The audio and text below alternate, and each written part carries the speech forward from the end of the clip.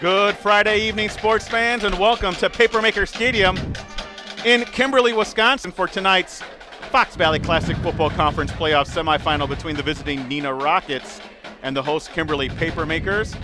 Another USA Today Network Wisconsin live stream production. I'm Ricardo Arguello, hanging out as always with Brett Christopherson and Jim Rosandick. We are here on beautiful late April evening. And this is an interesting matchup coming up between two typical Fox Valley Association rivals in any other sport. Kimberly and Neenah. Brett, you know, this is kind of a playoff semifinal in technical terms, but I guess they're playing for what, a regional championship in some ways when you look at it? Well, bragging rights, I guess, in this shortened season, alternate spring season or alternate fall season played in the spring. But hey, these programs are among the better ones certainly in the area and the state. And we were kind of anticipating that with groups, the A-B playoffs in the Fox Valley Classic Football Conference, and now we're here. We got a 2-week playoff. We got Kimberly and Neenah on this side, and we got Fond du Lac and Appleton North on the other side. And I don't think you could get too much better than that if you're a Fox Valley football fan. Some really good football players, some really good football programs going at it. And this should be an interesting game. It's always interesting when they meet in the hardwood lately on the boys and girls side. Now you got 5-0 Kimberly, 3-2 Neenah. The Rockets, winners of 3 straight, got off to a little bit of a slow start. Now they're playing some good football. They have a dual-threat athlete that Kimberly defense has to worry about. And Luke Elkin, conversely, that Neenah defense has to worry about a whole lot of weapons on the Kimberly side. Yeah, we're expecting a good one here and a good couple of weeks here in this alternate fall football season. I'll start off with some Kimberly notes. Brett, you'll finish up with some Neenah notes as well. Again, these notes are put together so nicely by Brett. About Kimberly, well, the Papermakers ranked number 2 in the large schools division in this week's WisSports.net state coaches poll. They're coming off a incredible 45-14 win over rival Appleton North last Friday in the Fox Valley Classic Football Conference game that we streamed at Appleton North. Caden Pendleton, boy, did we call his name a lot. He had his best game as Kimberly starting quarterback, throwing for 5 touchdowns with 292 yards on 12 of 15 passing. It could have very well been 6 touchdowns. We'll talk about that maybe in a little bit. Owen Polakowski and Cam Wennick each caught 2 touchdowns. Polakowski's scores came from 23 and 51 yards, while Wennick's touchdowns came on connections of 19 and 5 yards. Polakowski finished with 4 receptions for 127 yards, while Wennick finished with 3 catches for 70 yards. Isaac Deckant caught the other touchdown, a 12-yard hookup in the third quarter that gave Kimberly a 45-7 lead. Running back Caleb Frazier, a Northern Iowa recruit, rushed for 113 yards on 23 carries. He also had a 70-plus yard reception, Brett, if we remember last week. He fumbled into the end zone. That was recovered by Wennick. He may very well have scored on that one if that fumble hadn't happened. Defensively, Tommy Ellison had 2 key interceptions for the Papermakers, both of which Kimberly turned into touchdowns. Mason Stepanski finished with 9 tackles, while Patrick McGinnis posted 8 stops. And overall, Kimberly outgained Appleton North 438 yards to 278. And on the season, Pendleton's had a great campaign. He's thrown for 571 yards and 10 scores, while completing 70% of his passes, yet to throw an interception.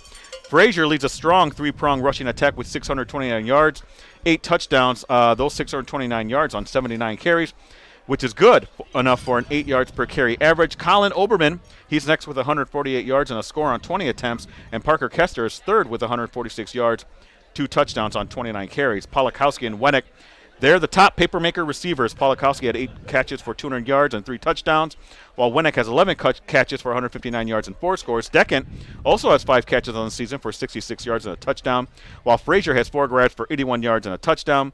Defensively, Damon Loker is Kimberly's top tackle with 35 stops. He also has 3 tackles for loss and a forced fumble. Stepanski's next with 32 total tackles, and Ellison has 3 interceptions on the season. As a team, Kimberly's averaging 39.4 points a game. They're allowing only 7.8. And the Papermakers are averaging 123.4 yards a game passing and allowing 52.8. They're averaging 216 rushing yards per game. They're allowing 112.4. And Kimberly will play either Appleton North or Fond du Lac next Friday in the playoff and season finale. Site to be determined. Brett, after this national anthem, we'll have you do some Neenah notes.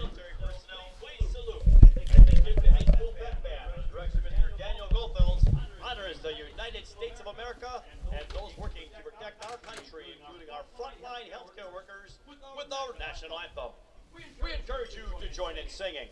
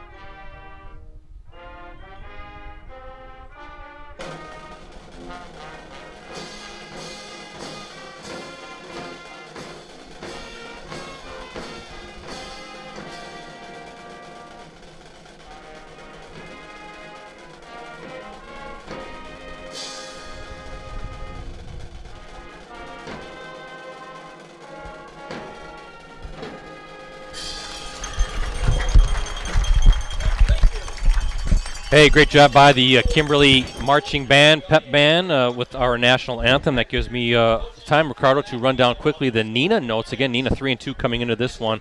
Rockets, winners of 3 straight, as I said earlier. They're ranked number 9 in the large schools division. This week's WisSports.net state coaches poll, and they're coming off a lopsided 42-7 victory over Appleton West last Friday. That was a Fox Valley Classic Football Conference game over at Appleton West. Dual threat quarterback Luke Elkin, sensational again, Ricardo, throwing for 172 yards and 3 touchdowns, also running for 126 yards and 2 more scores on 8 carries. Chase Hanselman caught 2 of those scoring passes, receptions of 24 and 34 yards. He finished with 4 catches for 85 yards. Colin McClowry caught the other touchdown pass, a 53-yard hookup with 6:35 remaining in the third quarter. That gave Neenah a 35-0 lead. Elkins rushing touchdowns, by the way, came on runs of 85 and 16 yards. Weston Lurtle also rushed for a score, a 2-yard plunge late in the third quarter that gave the Rockets a 42-0 advantage. McClowry finished with 30 yards rushing on 10 carries as Neenah piled up 348 yards overall. Defensively, Darius Jones Jr. paced the Rockets with 10 total tackles. Caden Duncan added 9 stops, while Matt Young and Nate Lee finished with, I believe, 8 tackles apiece. Blake Deason recorded 2 sacks, and Lee had another sack. On the season, Ricardo, Elkin has thrown for 794 yards and 8 touchdowns. He's completed 55% of his passes. He does have 4 interceptions. Elkin also the top rusher for Neenah, 476 yards and 7 TDs on 54 attempts. That's an 8.8 yards per carry average. McClowry is next with 206 yards and 2 touchdowns on 43 carries. Hanselman, he leads the way in receiving with 27 catches for 418 yards and 5 scores. McClowry second on the team in receptions with 18 grabs for 211 yards and 1 score. Defensively, Neenah's top 3 in tackles are Lee with 39, Young with 37, and Jones Jr. with 32. Young also has a pair of forced fumbles. As a team, Neenah is averaging 30 points per game. They're allowing 20.6. The Rockets are averaging 164.4 yards passing per game and allowing 85.8. And on the rushing side, they're averaging 180 yards on the ground and allowing 119.4. And as Ricardo said, the winners and losers of this game will take on the winner/loser of the Appleton North Fond du Lac game. That'll be next Friday in a playoff and season finale. Kind of have some housekeeping to figure out as to where those games will be played. Of course, we got to see what happens tonight with the results. But should be a fun last 2 weeks of football here in the spring, and let's hope it's the only time. Yeah, let's hope we got to that do is this. I'll tell you what, Brett. You know, before you started reading off those notes, boy, was it good to hear band playing. I mean, something that you underappreciate a little bit. Though, like I told you beforehand, it's always kind of interesting to hear 50-year-old songs. Yeah. Maybe they got to, kind of update those. A few of them, anyway. Get a little Drake going, right, Brett? You know who Drake is, don't you? I do. Wow, you do. It's just not my thing. I was trying to mock you a little bit. No, But look at you. I've heard of him. All right. I'm a little bit more into Bruce Springsteen. I've been kind of getting into the 60s music lately. Oh, boy. Well, that was when you were in high school. No, so here we go. it wasn't. That's Colin McClowry bringing it back for the Rockets. We are underway near the 25-yard line for Neenah. And, again, thanks to everybody joining us tonight. Beautiful evening here in Kimberly, Wisconsin, northeast Wisconsin. And we've got to thank our sponsors, Festival Foods. They have a deep sense of community pride and responsibility, which is why they are dedicated to making a positive impact throughout Wisconsin. Festival Foods knows that getting involved and doing good is part of being a good neighbor and member of the community. And they strive to be a true asset to our communities and embody the give-back spirit of Wisconsin. 1st and 10 at the 25. Neenah's first offensive series of the game. Just underway here at Papermaker Stadium. Rockets and Papermakers as Elkin right away. Incomplete. Looking for McClowry on that one, Brett. Also want to thank the good folks with the Community First Fox Cities Marathon. Registration now open for the 30th running of the marathon. Secure your spot to be at this year's events, taking place September 17th through the 19th. There's a safe race for every pace, but participation is limited for this year, so you want to register soon. To make sure you're part of the celebration, visit foxcitiesmarathon.org for details. 2nd down and 10 from the 25. Neenah going against that fantastic Kimberly defense, just averaging, or allowing, I should say, 8 points to its opponents thus far this season. It's going to be interesting, Ricardo, to see how that Kimberly defense goes against a dual-threat quarterback like we mentioned in Luke Elkin, and so far they really haven't been able to – nobody's been able to stop Luke. Nice little pitch out to McClowry, but good tackle. Far side, that's number 20, Tommy Ellison, the senior safety this season. I know you talked to him after last week's win against Appleton North. He switched from corner to safety, didn't he? He did, and it was a smart move. Coaching staff saw maybe something there that he could help out more on the more back end of the defense. And he had a big game last week, Brett. 2 interceptions that led to 2 Appleton North touchdowns. And late in the first half, too. And Brett, that's a big rangy safety, 6'3". Yeah, we saw him really excel in the basketball court, and then Ellison going to play college baseball at UConn. Elkin now going to sling it on 3rd down. Nice throw and catch. Beautiful hookup. That's Eli Schmidt, Ricardo, the 6'4", 205-pound tight end. We saw Schmidt score, 2 touchdowns in that win over Bayport, that overtime win that we streamed back in week 3, and that's a big target for Elkin. And Schmidt's showing some good hands, too. He is. And, Brett, I continue to be impressed with Elkin's throwing. And maybe that's on me because perhaps I thought he was more of a running quarterback and not so much a threat with his arm. But these last couple weeks, he's really shown some maturation, some development there, throwing the football. Really a true two-way threat for the Rockets. Well, let's see what Elkin has in store here. 1st and 10 ball at the 40-yard line. He's going to keep it, run up the gut. Good little push. And still on his feet, and that's about an 8-yard gain. He's a big, tough kid, no doubt about it. 3-sport athlete.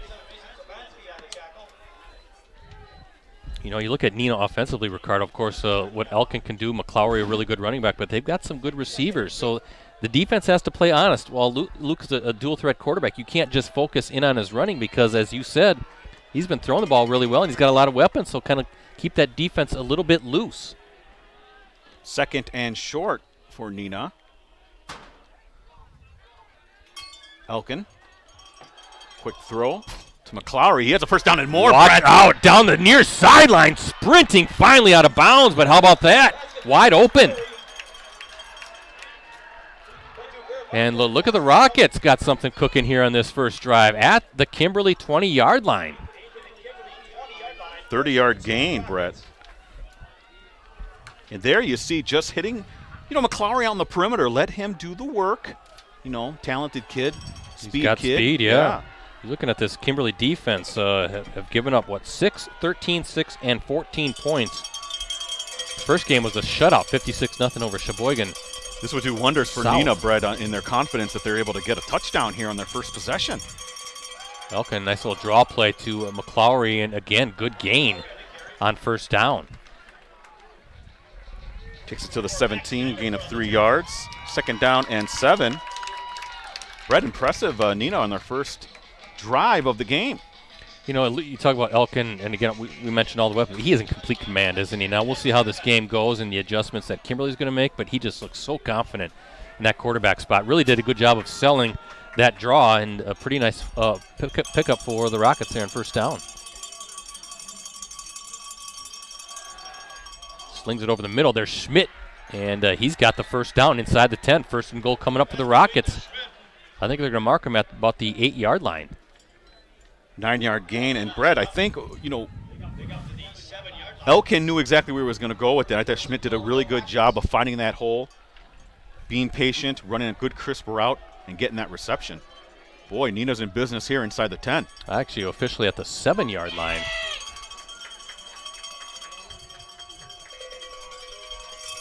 Elkin.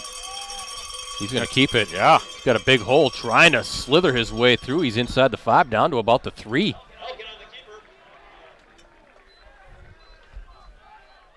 Very impressive opening drive so far for the Rockets. Now you got to cash in. 2nd and goal, ball at the 3-yard line. And a good early test for what's been a very stingy Kimberly defense so far this season.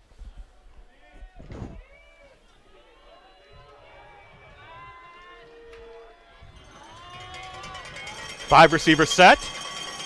Yeah, I kind of loosen it up and maybe get everything wide. I bet you wouldn't be surprised to see Elkin just kind of hold on to this ball and look for a seam. Let's see if he wants to do it. Yep, he's going to keep it.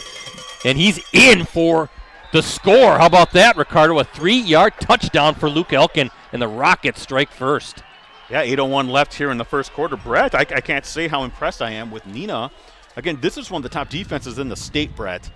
And the Rockets able to go down on their first possession.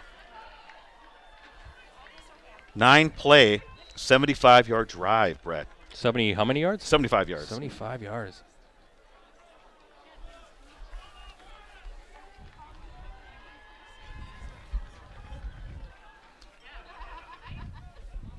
PAT, we're waiting, and that is good. Patel banging that one through, and as Ricardo said, 8:01 to play here in this opening quarter. The Rockets, 9 plays, 75-yard opening drive. And as we look at our Festival Foods and Community First, Fox Cities Marathon scoreboard shows the Rockets in front, 7-0. Updating my Twitter, you can follow me at PC Ricardo, Brett at PC Brett C, Rosie at Metal Rosie. Well, maybe we shouldn't be too surprised. You know, these two teams, when they hook up, especially recently, there have been some battles. I mean, you look at some of these games, of course, now the last time. It's been a while since these two teams last faced each other. Kimberly beat Neenah 55-28. That was back on November 1st, 2019. That was a Division I second-round playoff game. Caleb Frazier rushed for 100 yards and 4 scores, while Alec Martzel added 242 rushing yards and 2 TDs as the Papermakers finished with 384 rushing yards overall. Martzel also tossed a touchdown, and Caden Pendleton threw for 132 yards and a TD. Connor Winnick, remember him? He finished with 3 receptions for 100 yards and a touchdown. Luke Elkin led Neenah with 326 offensive yards. He had 161 yards passing and 165 yards rushing. Elkin also rushed for 3 touchdowns. Nice return for the Papermakers. That was number 22, Briar Bargland. Kimberly also beat Neenah 45-31 in the regular season. That was a Week 7 matchup. But more on the rivalry here between these two programs in a little bit. But there have been some close games. Some games that I can remember doing some streams, and we were hearing some updates thinking, well, could the streak end that night? I think that was during the 70-game winning streak. There was a really good battle between these two. So we'll kind of look at some of the scores here. But first things first, 1st and 10 for the Papermakers on their own 37-yard line. Pendleton gives to Frazier off the left side. He's bottled up right away. Yeah, good pursuit by that Rockets defense, and you can see a little excitement on that far sideline. Players jumping up and down, the Neenah fans as well getting into it. So a nice stop on a very good running back, Caleb Frazier. Dropped for no gain. 2nd and 10 coming up.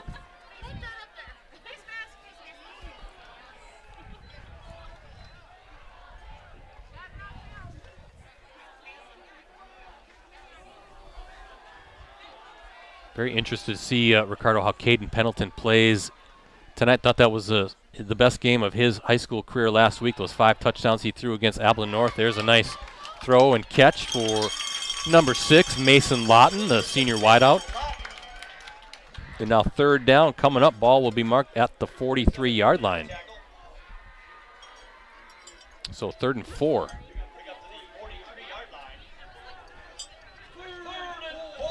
So 3rd and 4 for Kimberly here on their first possession, trailing 7-0.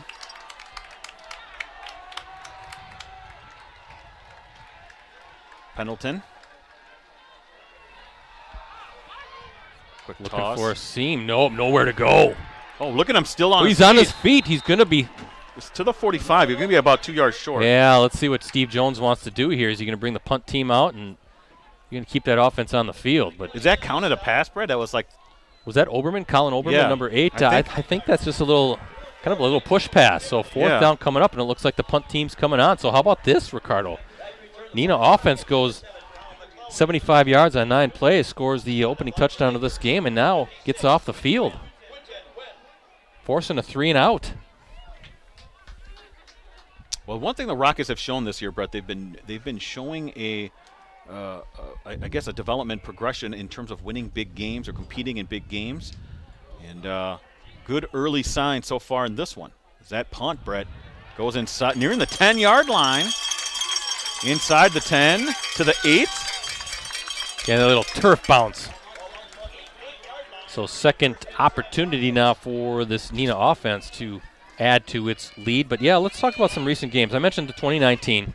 Kimberly beat Neenah 45-31 in Week 7, Ricardo. That's a lot of scoring, and Neenah kind of kept pace in that one. But then the Papermakers responded with the blowout win in the playoffs, 55-28. But how about 2018? Now, Kimberly beat Neenah 38-0 in Week 6, but then it was 7-3 in the second round of the playoffs. There was also that 15-8 Kimberly win against Neenah in Week 6 back in 2017. So maybe we shouldn't be surprised if this one goes down to the wires. Elkin, he's just going to keep it. Whoa, nowhere to go. Number 44 in there quickly. DeAndre Williams, the senior linebacker. 6 feet, 190 pounds, one of those good linebackers that Kimberly defense has, Ricardo. Right, and we've seen him flash a couple times this season. Loss of 2 yards.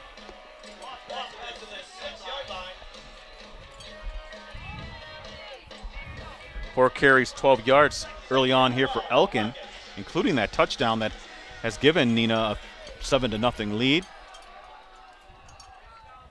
Here on your Community First, Fox A's Marathon and Festival Foods scoreboard. Ball on the 6-yard line. 2nd and 12, Elkin.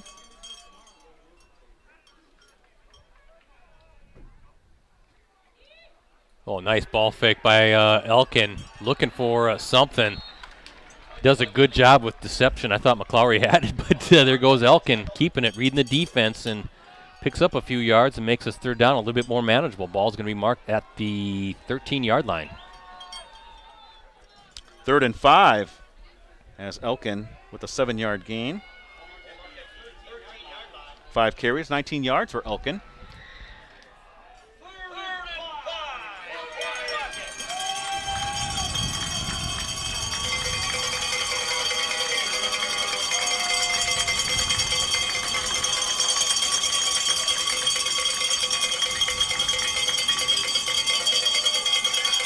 Looking, nope, it's covered. Elkin's going to think about running it and trying to get that 1st down, still on his feet. Oh, and he really got a good shove out of bounds. And he'll be short.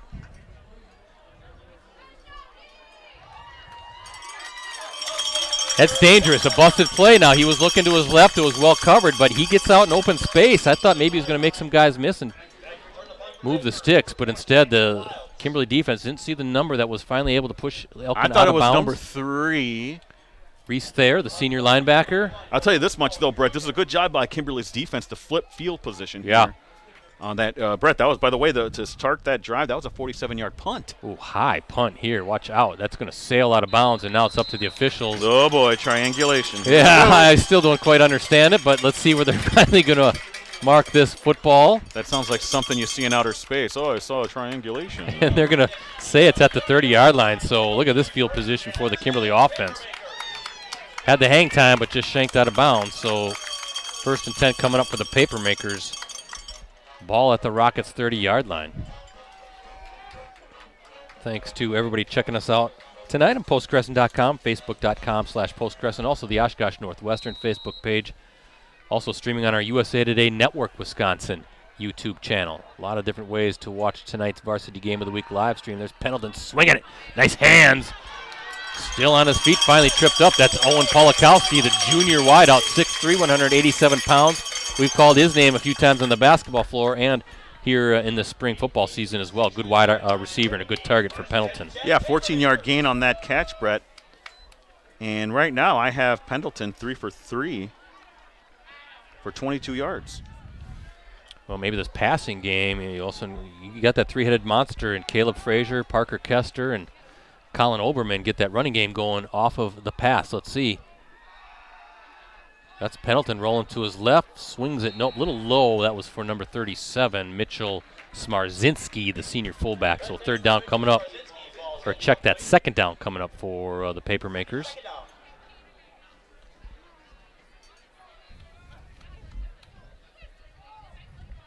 Yeah, you mentioned it was good to see the band and here. Good to see a big crowd or larger crowds yes. as this kind of time keeps moving. You're starting to see it. Things opening up a little bit more slowly but surely. Again, we certainly hope that sets up for a regular fall season and a normal Week 9 schedule. There's Frazier bouncing in and out, still on his feet. Keeps his balance, looking for the end zone, and he's in. What a run by Caleb Frazier, 16 yards. You know, Brett, that was only a 16-yard touchdown run, but there was a lot of action in there in terms of him keeping his balance. Mm-hmm. Very impressive. Looked like certainly at one time, if not 2 times, he was going to get tripped up, but keeping that low center of gravity, using the offhand to kind of keep himself in balance. And then when he got on his feet, he was kind of looking for that daylight. And that's a big running back coming at you, 6'1", 212 pounds. Cam Zeeble with the PAT. And with 3:08 remaining in this opening quarter, another look at our Festival Foods and Community First Fox Cities Marathon scoreboard shows. This playoff semifinal in the Fox Valley Classic Football Conference is all tied up at 7 apiece. Just updating my Twitter account. Again, follow me at PC Ricardo. You can follow Brett at PC Brett. See Rosie at Metal Rosie. If you're watching this game from outside Kimberly, hey, let us know where you are. We'll give you a shout out here during the live stream. And the folks watching us tonight, hey, be sure to check this out. We've got a great deal on a digital subscription to the Post-Crescent, everybody.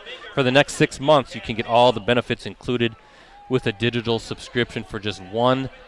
Ricardo, 6 months, $1. That is all it costs for an unlimited digital subscription. The price of a Milky Way. If that. Please help play a vital role in supporting local journalism that you and your community can trust. Learn more details and sign up right now for a digital subscription at postcrescent.com/subscribe. You can't go wrong. Your support certainly goes a long way in us being able to provide so many of these Varsity Game of the Week live streams over the years, so we appreciate your support. Well, we'll see how Neenah answers this. The defense kind of put in a tough position. Brett, a pooch Watch kick. out. This worked agast. And I think he got it. He did recover it. The Papermakers are saying we saw the same thing, Ricardo, against that Schwabenon. It was Weigel. Oh, and they're saying no. Well, now they changed their mind. Initially, they were pointing to Neenah. Now they say Kimberly Griffin Weigel showing the wheels, Ricardo. How do you like that? Well, that's not really part of Jones's, MO is to take those kind of chances, Brett. Am I wrong?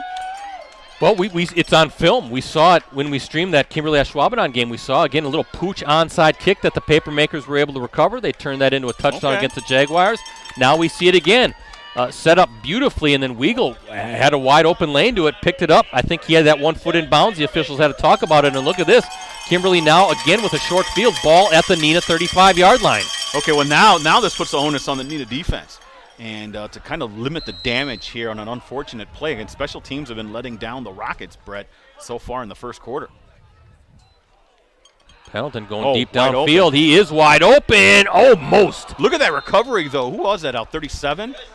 Yeah, that's Dane Newman, junior wide receiver, knocking it away from Polakowski. Yeah, and you saw what I saw.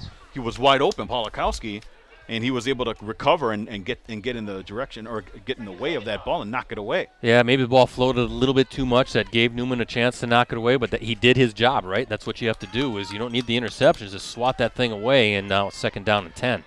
But at first it looked like Polakowski was wide open. 2nd down and 10 at the 35 again for Kimberly, recovering that pooch kick. Pendleton keeps it after faking the handoff to Frazier. Now 3rd down. You got to think 4-down territory, right? They got a big leg in Cam Zeeble, but I think Kimberly feels obviously very confident in its defense, and we'll see what happens here on this 3rd down play. But 3rd and 8 coming up, ball at the 33. Great game here. Playoff. If anybody wants to tweet us the score of that Fond du Lac Appleton North game, please, or any of these FBCFC. There you go, Brett. I hope Good I job. never have to say that again after next week. But it's a lot of consonants, my friend. We'll go over the playoff schedule tonight too. Some good matchups here in these last 2 weeks of the season, and I think Steve Jones and the Papermakers want to call a timeout, talk things over. See if I can get you a score here, Brett. I'll check on the Twitter. The Twitterverse, again, you can follow me at PC Ricardo, Brett at PC Brettsy, Rosie at Metal Rosie. Yeah, as Ricardo is looking that up, the schedule, of course, Appleton North versus Fond du Lac. That's played at Kiel. Yeah. Neenah here at Kimberly. In the bracket B, Sheboygan North and De Pere. De Pere had a nice season, 5-0 in Group C. In Oshkosh West and Oshkosh North, the city battle there at Titan Stadium. Bracket C, Appleton East at Stevens Point. Bayport's at Pulaski. Group D, just one game I see. Green Bay East at Appleton West. Group E, or bracket E, Green Bay Southwest at Ashwaubenon.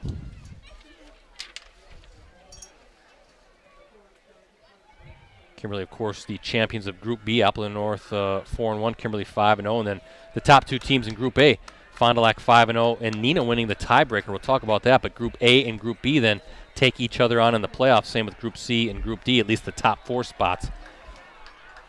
So real interesting and kind of a cool way that they set up this, I guess, super conference. 3rd down coming up for the Papermakers. This will be a major, major momentum swing for Neenah if they're able to stop Pendleton and company, and they have. Yeah, good coverage downfield. Pendleton wanted to uncork a throw, just didn't, tucked it in wisely and dropped. So 4th down coming up. Decision time for Steve Jones. I got to think he's going to go for it. I would think so, Brett. It's just it's in that no man's zone, right? You're kind of in no man's land with the too far for a field goal, and really to do a punt here really wouldn't make much sense. Pendleton trotting back onto the field. Neenah's defense very active, though, BC. Yeah, really doing a nice job. And, again, credit to the DBs back there covering those wideouts. Nowhere for Pendleton to throw. 4th and 8 coming up. Let's see what Papermakers have. Pendleton, nothing doing. A wide throw, maybe a timing throw, just wasn't there. And Brett and Neenah brought some pressure off to Pendleton's right. And Pendleton with the quick throw, a little too much in terms of the timing, wasn't there. Nice stop by Neenah. Well, you can see on the far sideline, really pumped up because their backs were against the wall, so to speak, after that onside kick, and they got the stop. And you can see just kind of revitalize, re-energize that Neenah sideline. So now let's see if the Rockets can take that big stop and turn it into another touchdown march like we saw in Neenah's opening drive. Elkin pump fakes, nowhere to go. Nope. Yeah, it was like number 44 was first in on it. DeAndre Williams again, very active at that linebacker spot. We called Williams' name quite a bit last year too. I know he's an all-conference linebacker. They are stacked at that position in this defense. Loss of 3 yards, Brett, makes it 2nd and 13. So Kimberly's defense getting a big play here on 1st down for Neenah. So like we said, good coverage by the DBs for Neenah in that last series for the Papermakers. Same thing here. Those Kimberly DBs had those guys covered. Nowhere for Elkin to go. Now Luke going under center. I think this offside, or not offsides. Procedure call, false start.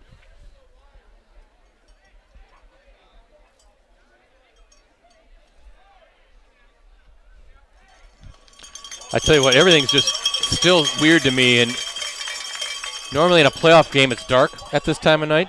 But a couple of things. First, I want to thank Ryan McGinnis, the athletic director here, and the staff at Kimberly High School. They always are fantastic. But when we got here, we couldn't get into the press box. So I texted Ryan, and then it dawned on me, he's got baseball practice right now. I've never had to worry about football press box getting in the way of a baseball practice. And, of course, Ryan is the head coach. Has done a fantastic job, one of the state's premier programs. And then also driving in, they had track practice going on at the same time. Another stoppage of play, Brett. Another false start. Yeah, this is not going the way that Coach Steve Young wants to see out of his Rockets. So they started out so strong, and now their third offensive series, sack, and now 2 false start calls. And look at this, second and a long way to go. Ball will be marked at the 20. But again, strange to pull in and see track practice, picked up the hurdles, and it's like, I'm trying to keep things straight here, but from a visual, it just doesn't make sense sometimes. But glad we still were able to get this season in, thanks to Mother Nature, huh? I mean, she's been really good to us this spring. She has. Second down, 23 for Neenah. Elkin. Going to swing it to McClowry. Yeah. I like this call because you mentioned it before. Now, that was good pursuit by the Papermakers, but he is a playmaker. Colin McClowry, a 5'11 senior wide receiver on that offense, although getting a lot of touches and a lot of carries as well. He's a guy that can make people miss and turn a little dump-off pass in the flat into a big gain. That's how the first quarter will end. 7-7 is your score on your Community First Fox Cities Marathon and Festival Food scoreboard. Brett, got to update the old Twitter. Again, follow me at PC Ricardo, Brett at PC Brettsy, Rosie at Metal Rosie. And anybody out there, tweet us some scores if you can, but also let us know if Aaron Rodgers is going to stay. He might not be a Packer by the end of the night, right? Is that what I'm hearing? I hope that's the case. Yeah, the Bear fan here. We got to have the hourly Aaron Rodgers watch. Yeah, good one, Brett. Can we get that sponsored? Yeah, maybe we can get a quick sponsor for that. We can update everybody on what he's doing tonight and what team he's playing on. Drama in Green Bay, Ricardo. I know you love it as a Bear fan. Love it. Of course, that reminds me, we're not all that far away from thinking about Clubhouse Live, season number 13 for us. That's our weekly Green Bay Packers show. We are expecting to go back to a live, in-person show at the Clubhouse Sports Pub and Grill in downtown Appleton, actually inside the Paper Valley Hotel. Alan Lazard was our virtual host this last season, but and a great host. Great host. Big fan. Brought on Aaron Rodgers. Of course, everything had to be virtual, but hoping that we can get the guys back to Appleton and in-house once again. Looking forward to that. We'll kick off season 13 in August. Give us a like on Facebook, facebook.com/Clubhouse Live, the award-winning Clubhouse Live. Also, the award-winning Varsity Game of the Week as well. Love it. Brett, congratulations. You too. You and Rosie. Rosie. And the whole crew with Clubhouse Live as well. So third, what are we? Third and what? 15. Okay. Elkin. Got time, rolling out. Oh, he had Schmidt open. Going to swing it downfield. Oh! Brett, if he had seen Schmidt a little earlier, Schmidt was all by himself. There wasn't a defender within 5-6 yards of him. Tough when he's rolling to his right, and then I think Schmidt a little bit behind the play, but that was near a nice hookup. Just a little too tall for Schmidt over the middle of the field. Couldn't quite get a little too high for that 6'4 frame, but again, he's a big target, and those two have a nice chemistry. Almost coming up with a big play at the 50-yard line. Instead, fourth down, and Neenah's going to have to punt. Good job by the Kimberly defense. As this offense is struggling a little bit, maybe they can kind of set the tempo and maybe provide some momentum as that punt, Brett. Whoa, takes a nice Neenah bounce. Look at this, all the way down near the 30. Right, you got to love those turf fields. And they're going to pick it up right at the 30-yard line. So that is a 42-yard punt. I think 3/4 of that was the roll. Hey, it goes in the book as That's true. not a turf punt, right? But just punt regular is a punt. yardage. Is a punt. Hey, now Neenah, Bayport, and Stevens Point finished with 2 and 2 league marks within Group A. Yeah. But how it was determined, how Neenah got first half points allowed in head-to-head was the tiebreaker. So the Rockets ended up with the 2 seed, Spash the 3 seed, and the Bayport really struggled this year with the 4 seed. Shocking for Bayport. Yeah. In the D1 championship last fall. They're a little bit of false start. Yeah, Bayport losing to Muskego in the 2019 state finals. Of course, there wasn't a state finals in 2020, but Bayport started out 2-0. Then we saw this Neenah team. Well, actually, no, I take that back. No, Bayport, 2-0. Then they lost to De Pere in week 3. Then week 4 was the game that we saw. 1st and 15 for Pendleton. Where Neenah won in overtime on the 2-point conversion pass. Maybe that wasn't week 3. I'm getting my schedules all mixed up. I want to say that was week 4, actually, Brett. Oh, last week was week. No, yeah, you're right. Week 4 because last week this is week 6. So the Caleb Frazier with the carry. See, I can't keep anything straight. Brett, it's because you saw track practice. McGinnis was at baseball practice. Your equilibrium is all over the place. I'm seeing trees actually having leaves form instead of losing leaves. I can't do this. I love the weather, though. I do like this. In the playoffs, we're having a nice temperate kind of temperatures going on. Is Frazier, look out. Look at him barreling his way, dragging defenders. But that Rocket defense doing a good job of making it tough for Frazier in this running game to find some yardage. Yeah, you think about some of those state semifinals that we've done at Titan Stadium in November.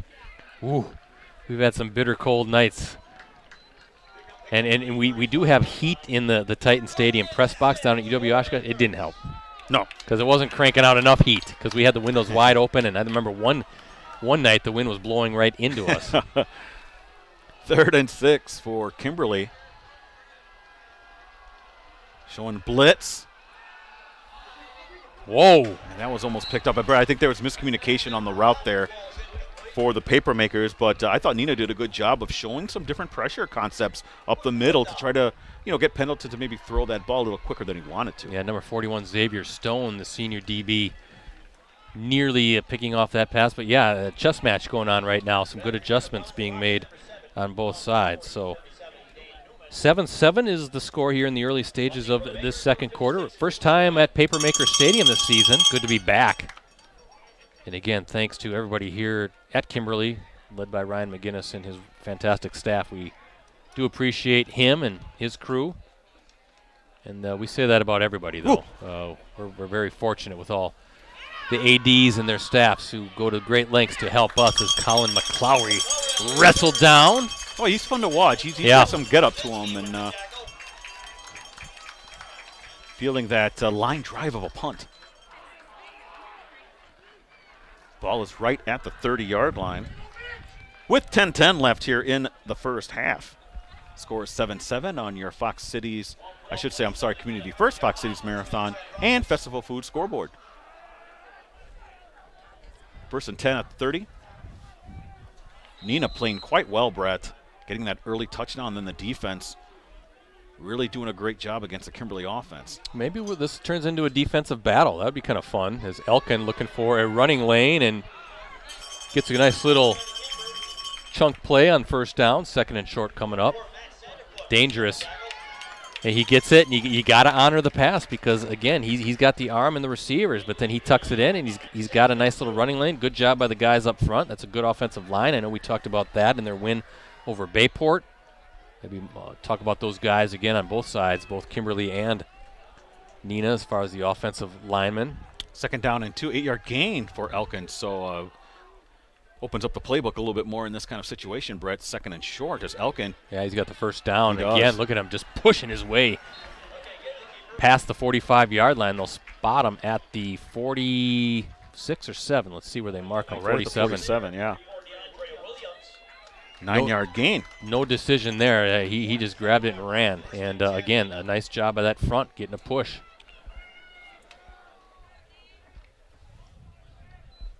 And this is a Kimberly defense that shut down Appleton North's potent offense, BC.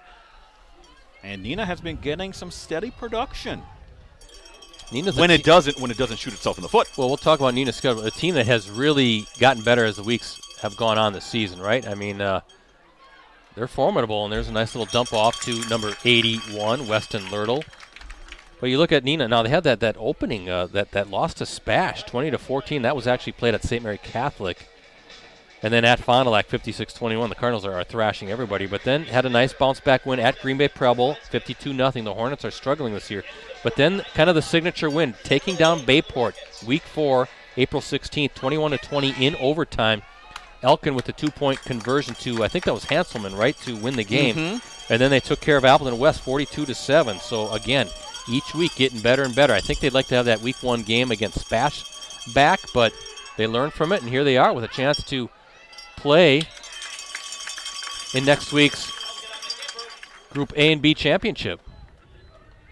Well, Brett, I'll tell you this much. They're a much different team than the one that got whipped by Fond du Lac in that first week. It just looks like they've really kind of hit their stride, and that's what you want to see as a coach in a kind of abbreviated season. You want to see how far are you progressing from Week 1 and what are we down in Week 6. And I think Neenah has to be right up there with any team in the state in terms of how much they have progressed. Well, here's a big third down coming up. 3rd and 4, ball at the Kimberly 46-yard line. Elkin motioning his receiver. He's going to fake the handoff. Oh, he has his man open. Oh, nothing there. Oh, it was caught! Ricardo, number 3. That's Chase Hanselman, the senior wideout, coming back to the ball. Brett, that was great pressure put on, and it was kind of blowing up that play by Stepanski. Ball is at the 36. Well, credit Elkin for getting the throw off because he was leveled right as he unleashed it. But how about the awareness of Hanselman to come back to the football against the boundary there? First down for the Rockets. Big play. One of the bigger 10-yard gains that you'll see.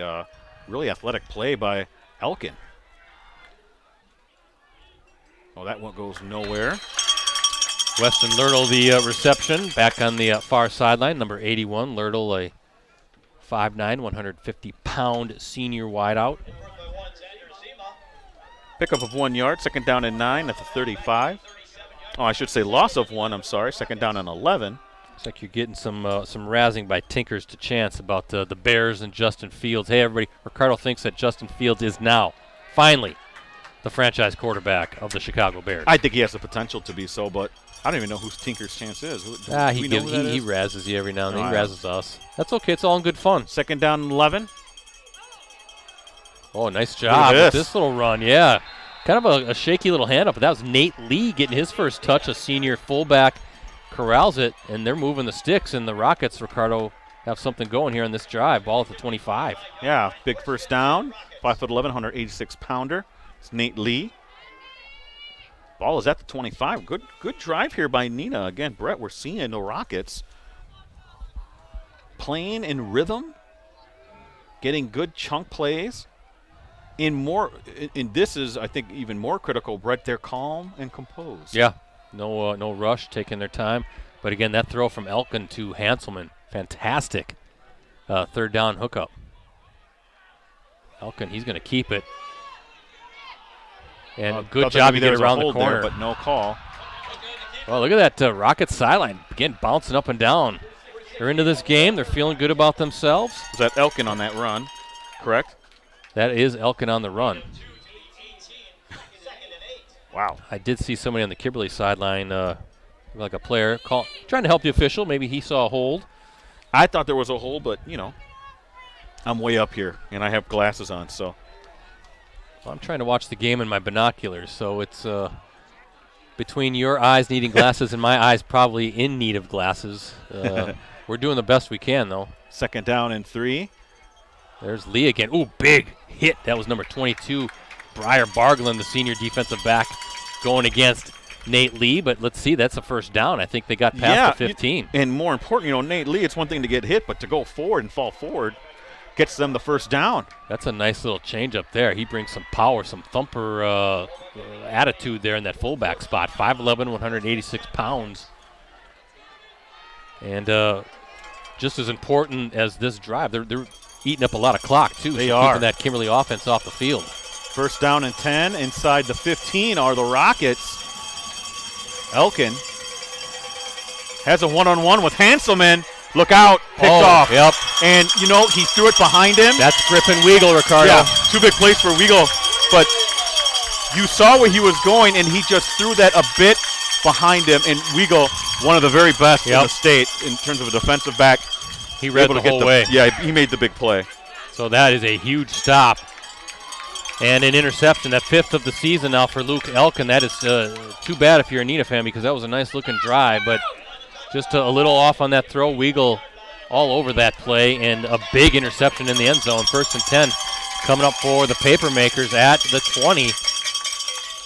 You know, that's always a tough spot to be in, Brett. You know, Weagle was out there on Hanselman, one of the better receivers in the area, and able to go on him one-on-one. You know that he's going to be the featured guy. Elkin went to him, you know, and I think Elkin wants that pass back, Brett. Just threw it a little bit behind him, but you don't discredit Weagle. That was a great play by that young corner. 1st and 10 at the 20. That's a nice matchup between Hanselman and Weagle, and too many of this, right? Too many pre-snap penalties on both sides. We don't see this too often. I'm sure both Steve Young, the head coach at Neenah, and Steve Jones, the head coach of Kimberly, going to talk a little bit about that come halftime, that we got to clean up the pre-snap stuff. We can't be going backwards. So 1st and 15 now, ball marked at the 15-yard line. Yeah, that always frustrates coaches. It's one thing if they're in action and it's an aggressive penalty, those happen. But when it's the mental stuff, you got to make sure you're on point with that. 1st and 15, low snap. Frazier dives for, maybe gets about 6 yards. That's a good point. Remember when Ty Montgomery was our co-host on Clubhouse Live a couple seasons? I always remember this. He said, if you're going to make a mistake, make it fast. Yeah, meaning again, being aggressive. You know, don't do the pre-snap stuff. But coaches can live with mistakes if you're making them fast and trying to do something out there. Exactly. I mean, it's hard to hold someone accountable when there's a fast penalty. You know, you're talking about split-second stuff. This other stuff, you're conditioned to listen to the snap and all that kind of stuff. I mean, that stuff should just in a perfect world shouldn't happen. 2nd and 9, ball at the 21-yard line. Kimberly with 2 timeouts remaining as the clock continues to run here in the later stages of this second quarter. Been a fun game between these two teams. Frazier, look out. Yep, I was going to say you got to get him going, still on his feet in Kimberly or Neenah territory. Finally brought down. That might have been 91, might have saved a touchdown there. I think that was Darius Jones Jr., the outstanding inside linebacker, just a sophomore for the Rockets. I think the Neenah coaches might be on top of us here because I think I heard a foot stomp above us here in the press box. You got to get Frazier going, don't you? You got to get that running game going. He's too good not to feature here. And while Pendleton was sensational last week with 5 touchdowns, I know that this offense is predicated so heavily on the run because they've had so many good running backs over the years. Well, Brett, 37-yard run there by Frazier.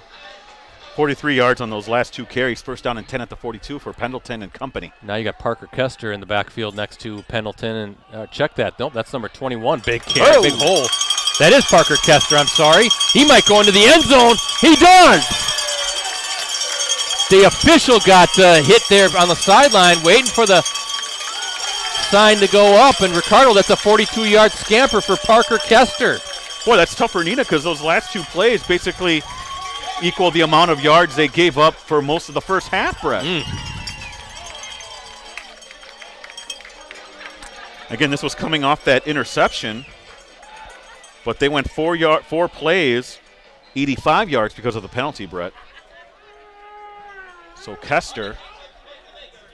So as we're talking, trying to get that running game going, and boom, just like that, the big run by Frazier, and now the 42-yarder by Kester to finish it off.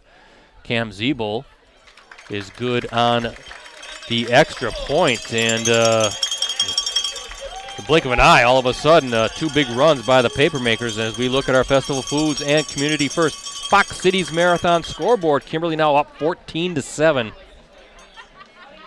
in this Group A-B playoff semifinal.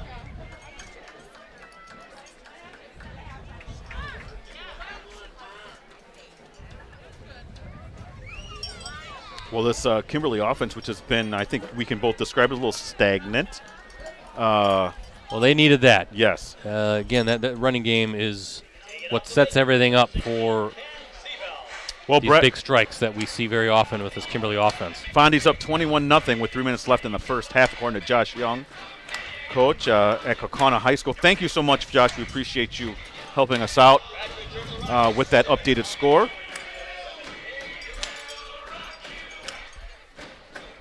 So again, like last week, Ricardo, those 2 interceptions by Tommy Ellison, those 2 second-quarter interceptions against Appleton North turning into touchdowns. Now Griffin Weigel with the big pick in the end zone, and 80 yards later, the Kimberly Papermakers offense capitalizes, turning that interception into another touchdown. Well, Brett, you could look at it as almost like a 14-point swing there because that interception happened in the end zone. Looked like Neenah was getting ready to, at the very least, put 3 on the board. But you're right, Ricardo. I think that's exactly right. 14-point swing for sure. Kickoff to McClowry, and he's a threat once he gets going. Oh, nice block to get him going there. Finally tripped up. Yeah, that was a nice block by Dane Newman, junior defensive back wide receiver. Where will the ball be placed? Just shy of the 35, I believe.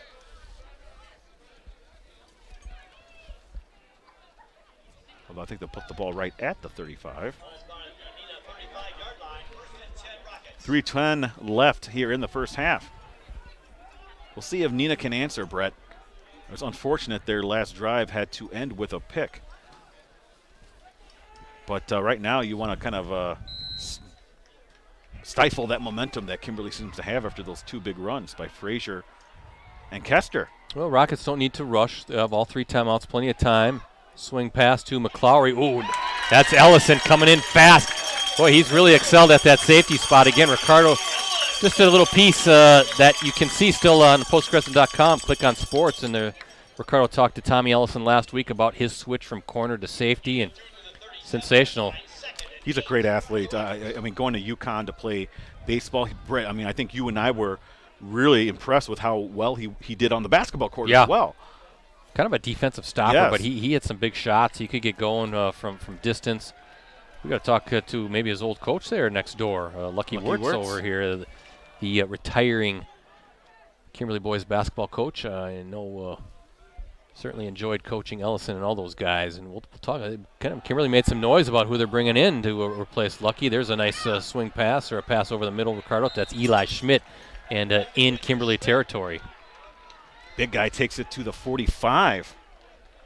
So 18-yard gain. And look at this, Brett, with 2+ minutes, we're seeing the ball is placed at the Kimberly 45. So Neenah maybe trying to answer back that touchdown by Kimberly.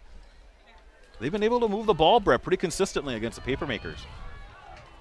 1st and 10 at the 45. Elkin, 3 receiver set.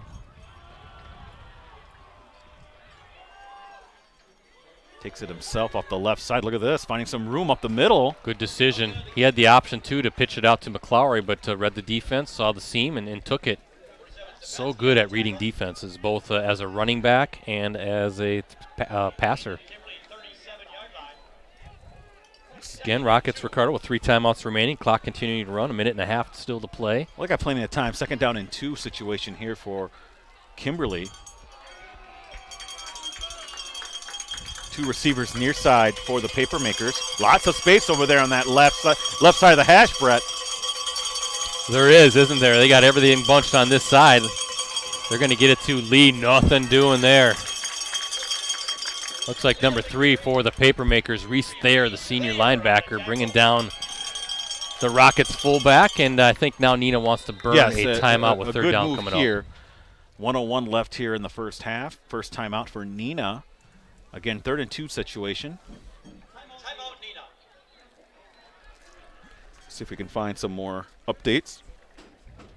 I did see an early Oshkosh West, Oshkosh North score with West leading 14-0.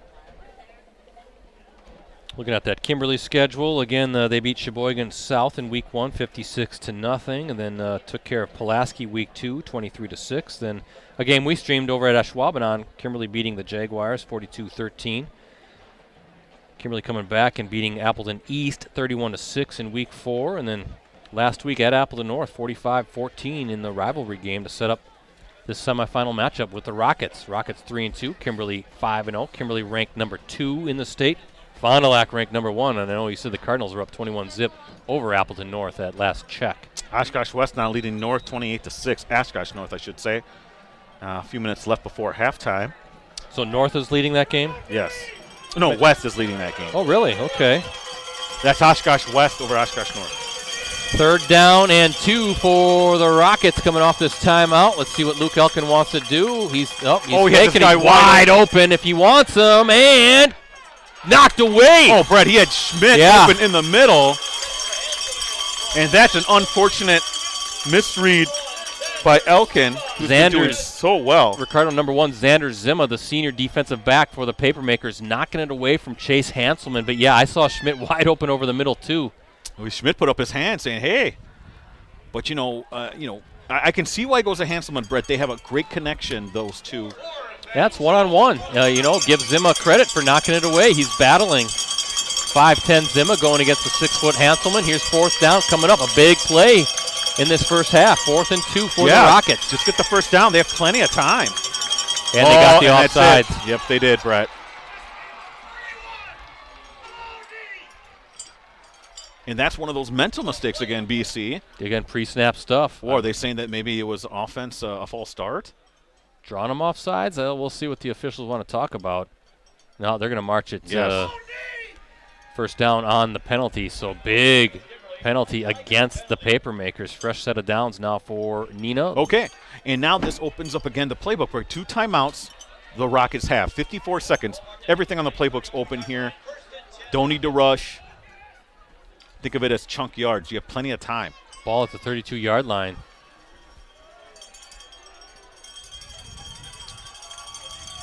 Spotlight on Hanselman. He's been so big this whole season for Neenah.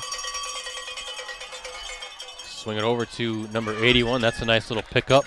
81, Weston Lurtle, the senior wideout. And the clock continues to run here. Got to give Elkin a little bit of credit in drawing that defender offside. He went under center. Yes. So there's probably a little. And it's a timeout by Neenah again. Little shenanigans going on with Luke, maybe with that cadence a little bit. But that's what good quarterbacks are able to do. And now the Rockets burning that second timeout. 36 seconds to play as we look at our festival foods and Community First, Fox Cities Marathon scoreboard.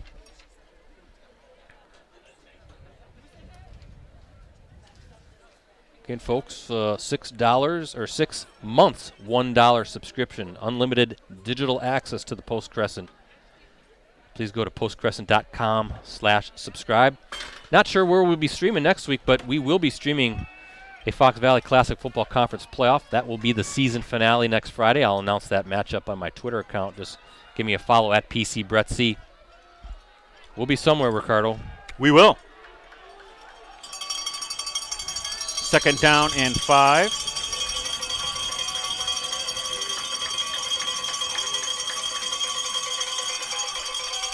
He's got him wide open over the middle. Wow. That's Hanselman. 27 yards. Brett, there's got to be a breakdown on defense there, am I right? I mean, how can he be that wide open? Well, we've seen that a couple times now with the Rockets and those wideouts. Is that 27, did I say? Yes, 27 yards. How about that?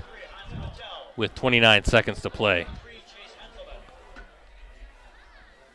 Again, open over the. That might be the 3rd time now we've seen one of those Rockets receivers wide open. And this time, Elkin connects. And the kick is good with 29 seconds remaining in the half. For Kimberly 14, Neenah 14. Extra point is good for the Rockets. And look at this. Another check of our festival foods and Community First Fox Cities Marathon scoreboard shows we're tied up again, 14 apiece. With 29 seconds to play in this first half. Updating my Twitter account. You can follow me again at PC Ricardo, Brett at PC Brettsy, and Rosie at Metal Rosie.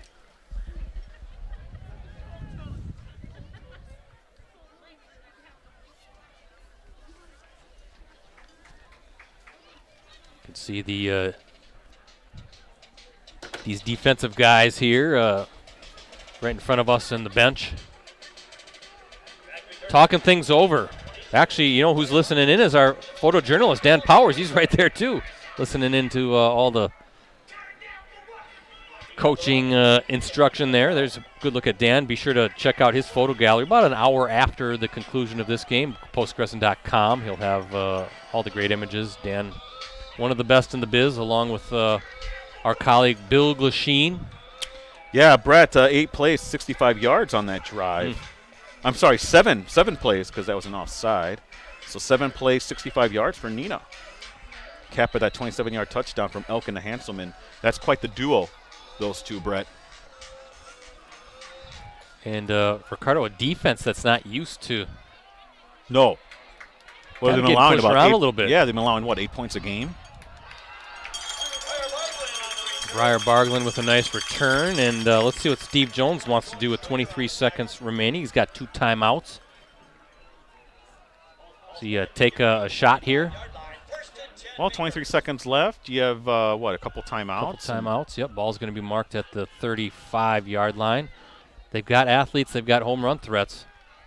Maybe you see what you can do in the running game again after what we saw the Kimberly Papermakers do the last time. I think I would run it, and this is why, because a drop back, what if there's a sack and a fumble? Last thing you want to do is give Neenah the ball back. How about a screen? Oh, that would work.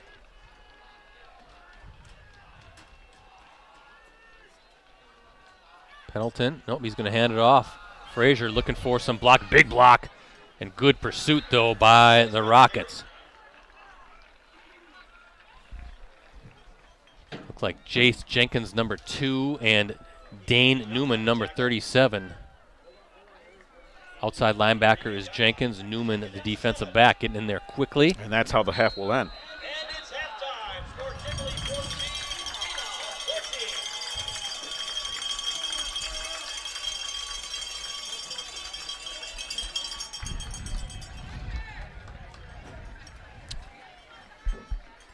Halftime here at Papermaker Stadium, and again, a quick look at our Festival Foods and Community First Fox Cities Marathon scoreboard shows this playoff semifinal all tied up at 14 apiece. We'll talk more about tonight's game and what we do have coming up digitally at USA Today Network Wisconsin after this short break.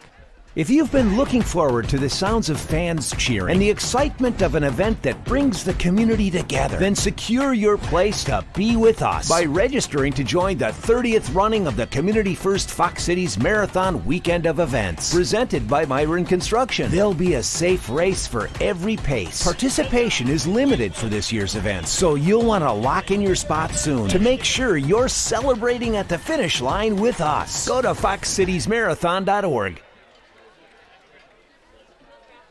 Once again, thank you to our sponsors, Festival Foods. The folks over there know that getting involved and doing good is part of being a good neighbor and member of the community, and they strive to be a true asset to our communities and embody the give-back spirit of Wisconsin and the Community First Fox Cities Marathon. Registration now open for the 30th running of the Community First Fox Cities Marathon. Just visit foxcitiesmarathon.org for details. 14 apiece, Ricardo. Your thoughts on a very entertaining first half. And that's the key word, Brett, entertaining. Really happy to see Neenah competing like this. I mentioned earlier in the live stream how they have progressed. You can't see any more tangible evidence of that than being tied at halftime with Kimberly, a nemesis for them for so long. And really, in some respects, they've been outplaying the Papermaker, especially on offense with a consistent offensive game. That big 14-point swing has really kind of made this, a tight 14-14 game, Brett. But kudos for Neenah for bouncing back from that short 4-play drive that netted with a Kimberly touchdown with a one of their own to come back and score on that long touch or that touchdown pass to Hanselman. Really impressed with Neenah. Kimberly, I think, needs to cut down on the mistakes.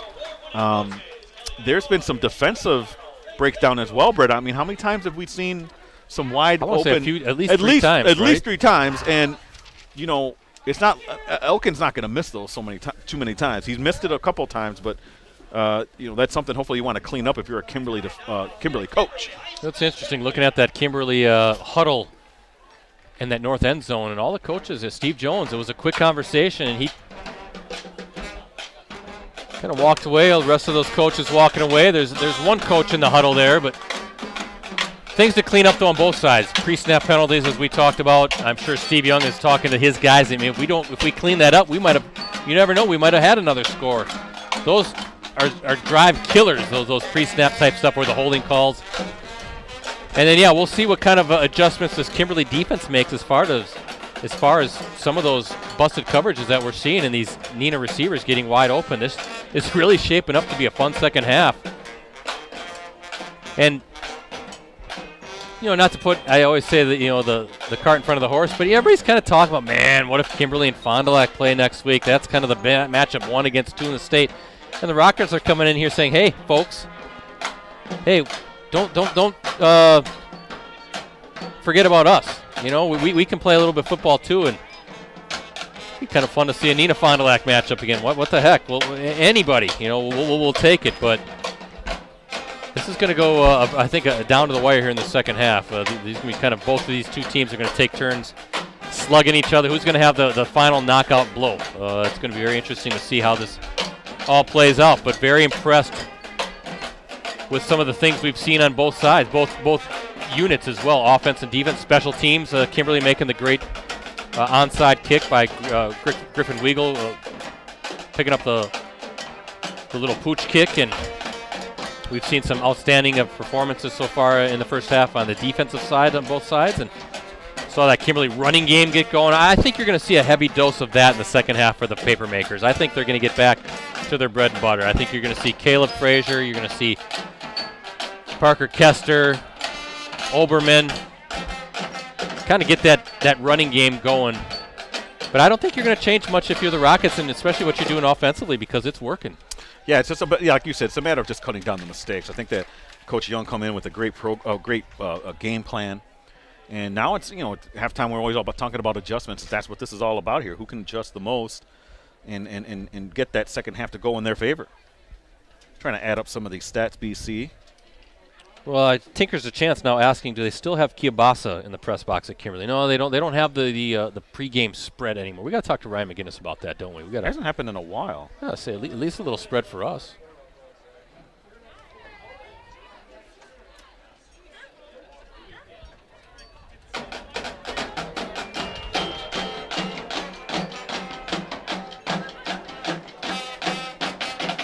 Well, as Ricardo's adding up the stats, I'm going to go on my Twitter account, see what's the most updated stat. 28-0 Fondy now at the half, taking Appleton North. So looking pretty good for the Cardinals. Thanks again to Josh Young. We appreciate you, Josh. Thank you so much for keeping us up to date on what's going on in that Fond du Lac Kimberly game, or Fond du Lac Appleton North game, I should say.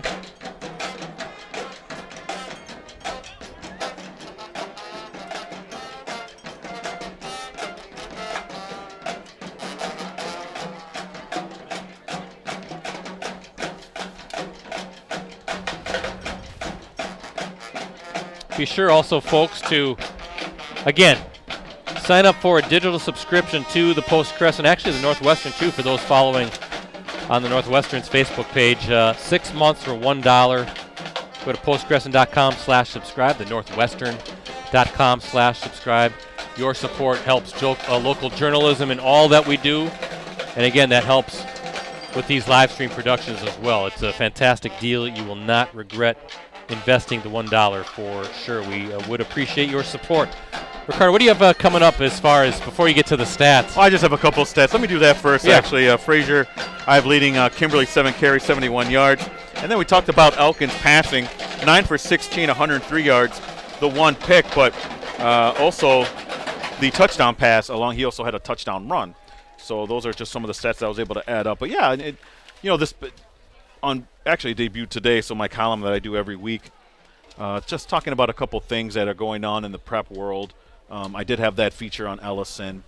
Some other things, Appleton North's girls volleyball team that won the state championship. They had 5 girls named to the first team on the alternate fall season, so that's a big big honor for the Appleton North Lightning that won the WIA Division I state championship, the alternate season version. Yeah, and then when you look at some things that did we talk about Froelke coming back to Wrightstown?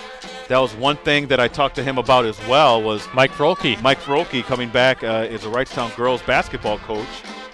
And took a year off. Primarily because of COVID. Yes, Yeah. I mean, I remember talking to him back in November about that. And I know that he was a little frustrated having to take that year off. At first, I thought maybe he wanted to see his daughter play over Bridget Froelke over at I think it's Missouri, Kansas City.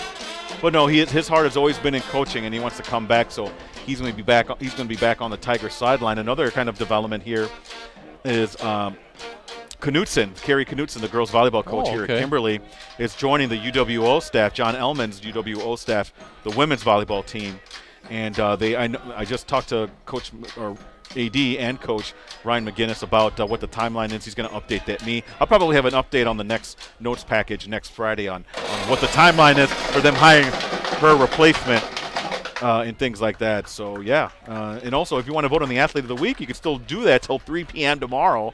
Just go to postcrescent.com/sports. You should see the Prep Athlete of the Week voting poll. Those do well, don't they? They do. Get a lot of engagement, a lot of votes. Always fun to see how that all plays out every week. But also one more plug, Brett, if I could. Last week, Wednesday, we did do an R&B show, special edition. It was the R Show. The R Show, Appleton North Girls volleyball players. We had Brooke Bulwark and Grace Demetrician on the podcast. You know, if you go to the Apple Store, or you can download it actually through the podcast there on iTunes, Stitcher, Google Play, become a subscriber, and you'll be able to hear that 40-minute conversation with the pair of state champions. They kind of gave me a nice inside look in what their mentality was throughout that championship season. Very, very entertaining in that respect.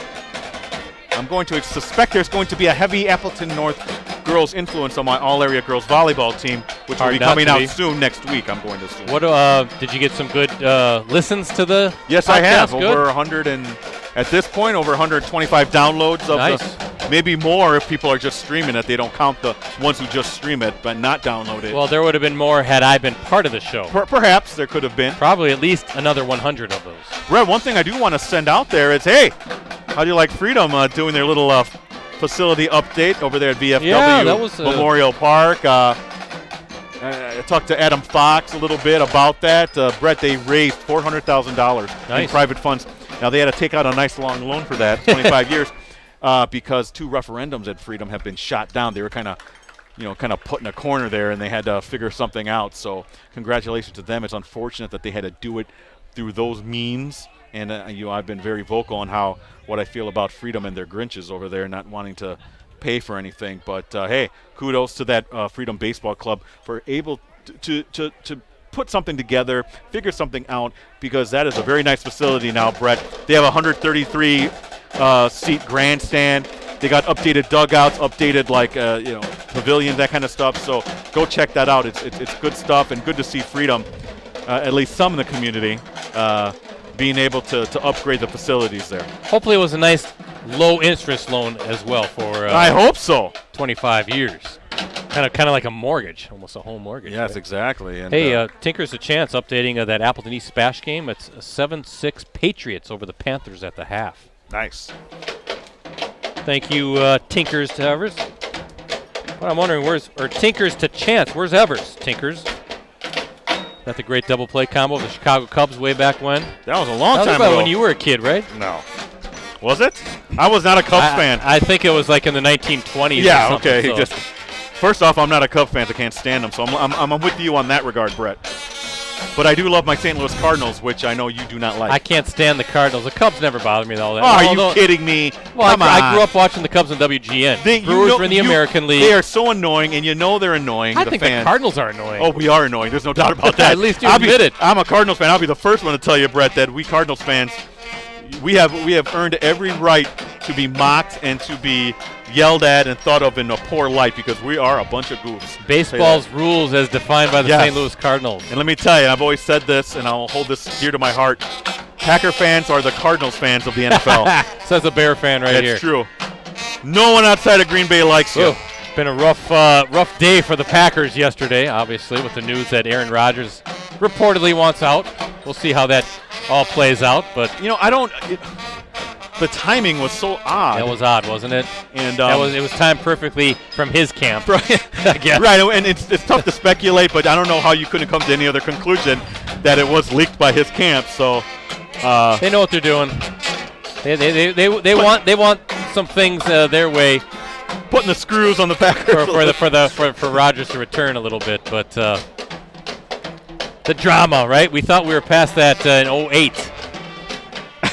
The summer of 08, the Favre drama, and 13 years later, now it's not the same set of circumstances, but it feels the same, doesn't it? It's history repeating itself. Here we go again. You think Mark Murphy and Brian Gutekunst would have learned some lessons from that? They were both involved.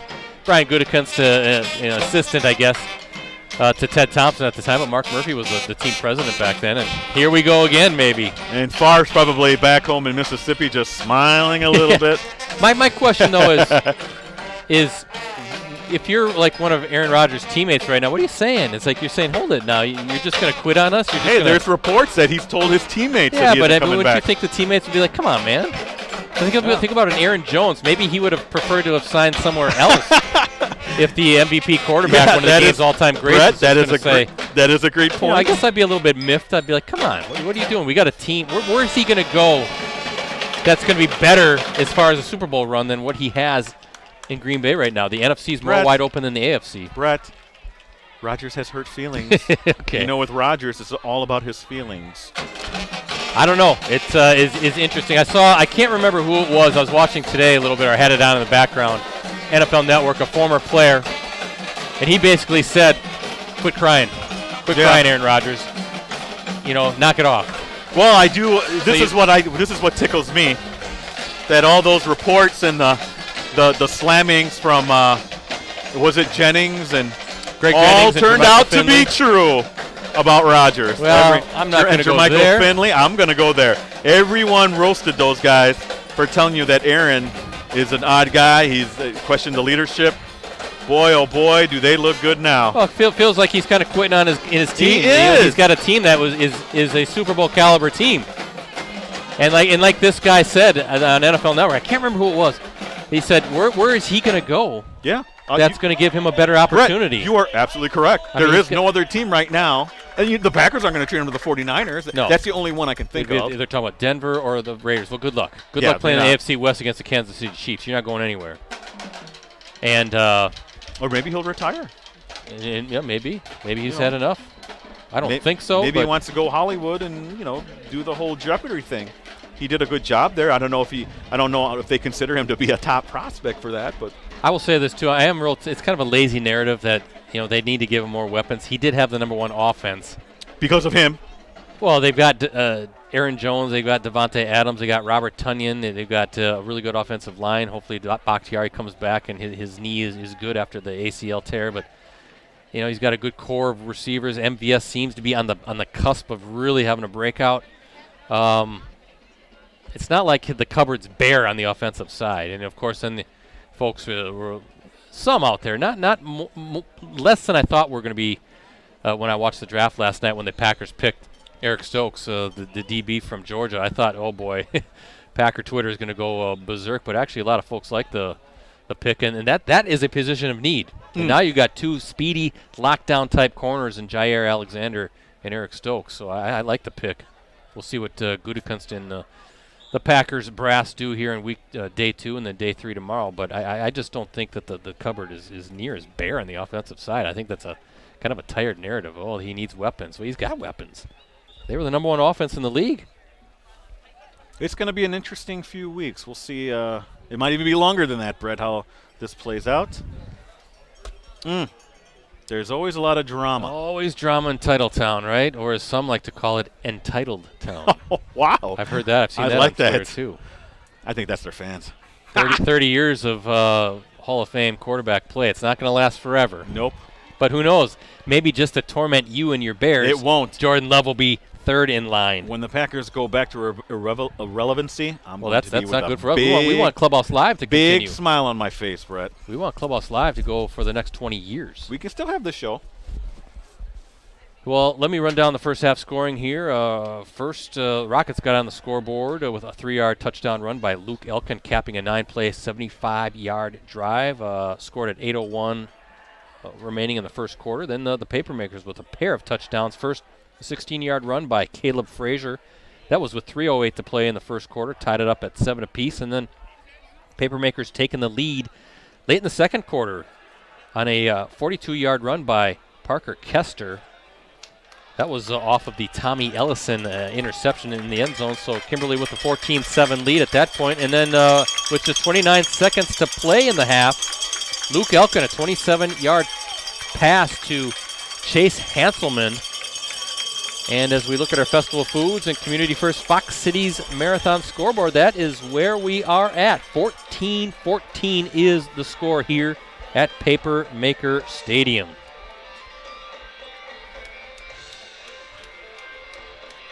Well, I'm expecting a competitive second half, Brett.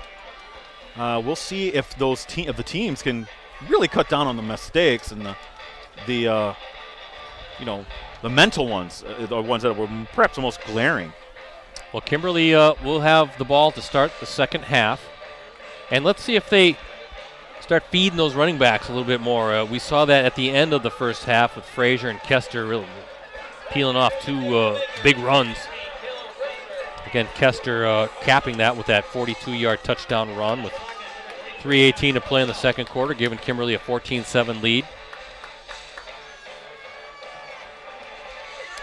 But kind of a big spot here, I think, right away in the second half. I think you would agree. A chance for Kimberly to get that running game going and put a score on the scoreboard, but a chance also for this Neenah defense to get off the field and put an offense on the field that has been very productive so far. So very interesting first series coming up here as the second half is underway.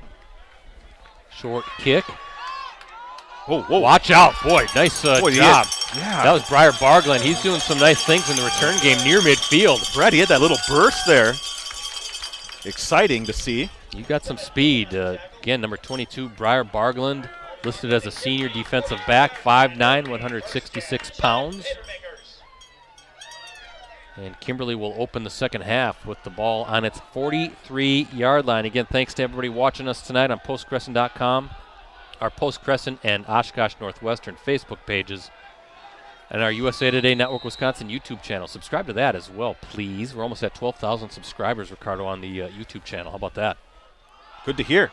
Frazier with the carry. You can see a good push by Frazier and that offensive line in front. So a nice pickup and a nice start to this drive, about a 5-yard gain on first down. Ball at the 48-yard line.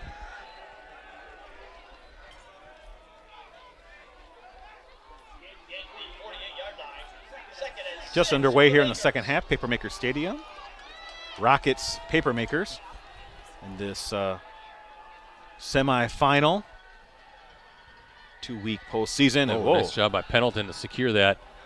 That's finally Cam Winnick calling his name for the first time, the junior wideout. Remember his brother Connor, an outstanding receiver, now at the Air Force Academy. Wonder if Connor is watching tonight. 12-yard gain for Winnick.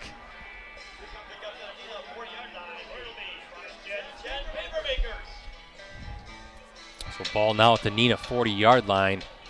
2 plays and already in Neenah territory, and a nice start on that opening kickoff with the return by Bargland.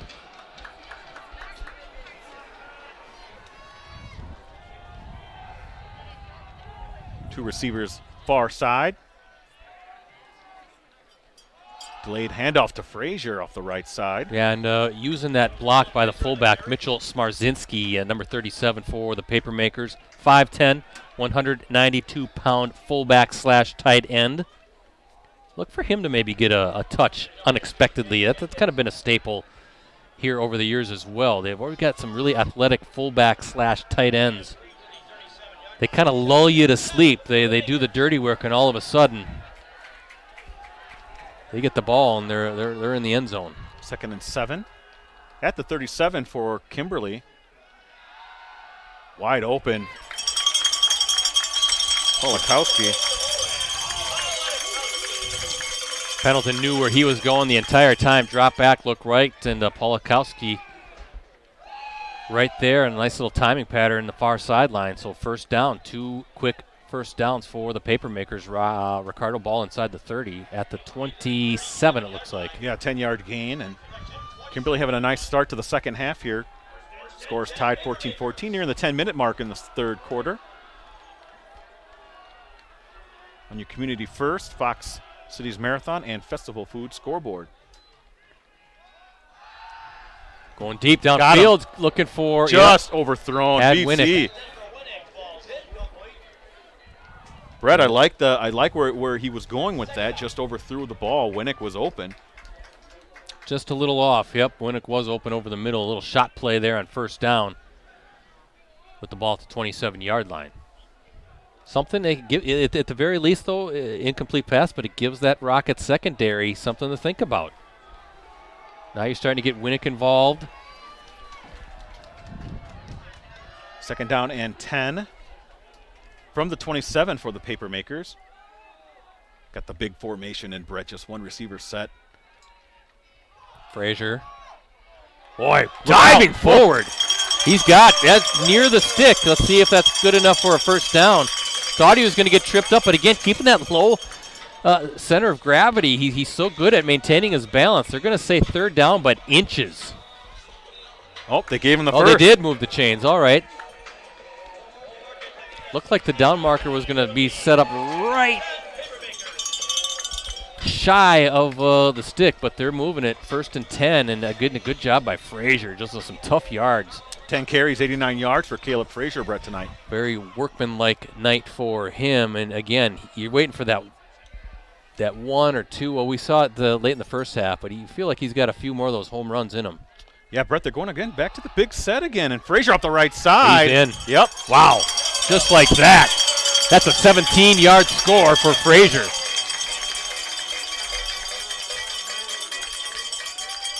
Brett, they like that big formation against the Neenah defense. And that's a nice drive. 7 plays. Oh, check that. He was out of bounds, so no touchdown. You can hear a fan in front as well. So 1st and goal, ball is at the 4. So he was on the far sideline. He was trying to reach over that goal line, but his foot obviously out of bounds before he was able to try to stretch it into the end zone. So 1st and goal for the Papermakers. Frazier now again, and he is close to the goal line. Finally, Bryce still on his feet. They haven't blown the whistle. Wow. Brett, you got to play to the whistle. That ball will be at the 1. That's just the power of Frazier, Brett. Strong kid. Not wanting to go down. Good hurdler, right? And state track level hurdler. So 2nd and goal, ball at the 1. And I'm guessing, Ricardo, yep, here comes the fullback, Mitchell Smarzinski in.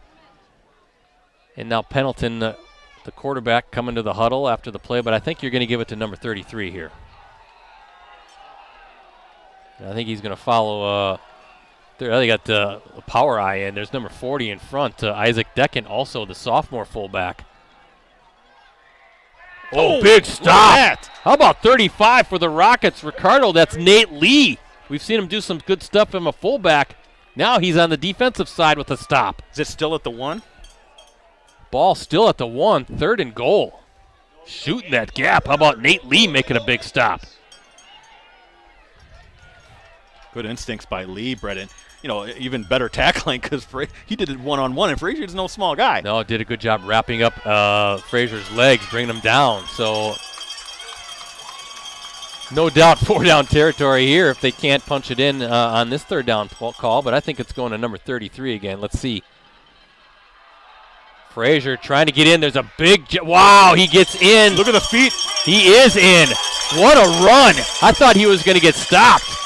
Brett, you know, we talk about his power, but his feet for a big man are outstanding. That was one of the nicest 1-yard runs you're going to see because that Neenah defense, Ricardo, swarmed to him. I thought he was going to be dropped for about a 3 4-yard loss. Shows the speed and the footwork, like you said, to get around the edge and then turned on the jets to get across the end zone. That 1-yard touchdown, Brad, it caps a 10-play, 57-yard drive for the Papermakers.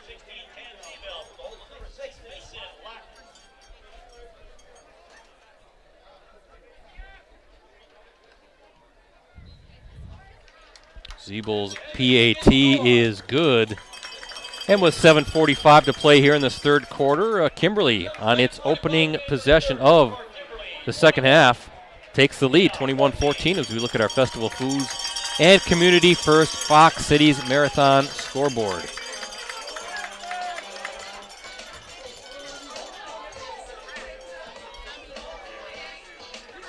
By the way, Brett Packer selected Josh Myers, a center from Ohio State. Isn't Lindsay from Ohio State? Yeah. Yeah, they need to kind of shore up that spot along the offensive line. But a heck of a drive, Ricardo, for the Papermakers. And look at this. They took a lot of time off of that first possession of the second half. 7:45 now remaining. I mean, 10 plays, Brett, and again, it was smaller yardage in the last couple plays there as they got down by the goal line. But I thought this was exactly what Kimberly needed coming out of the half. Now it's up to your defense to kind of,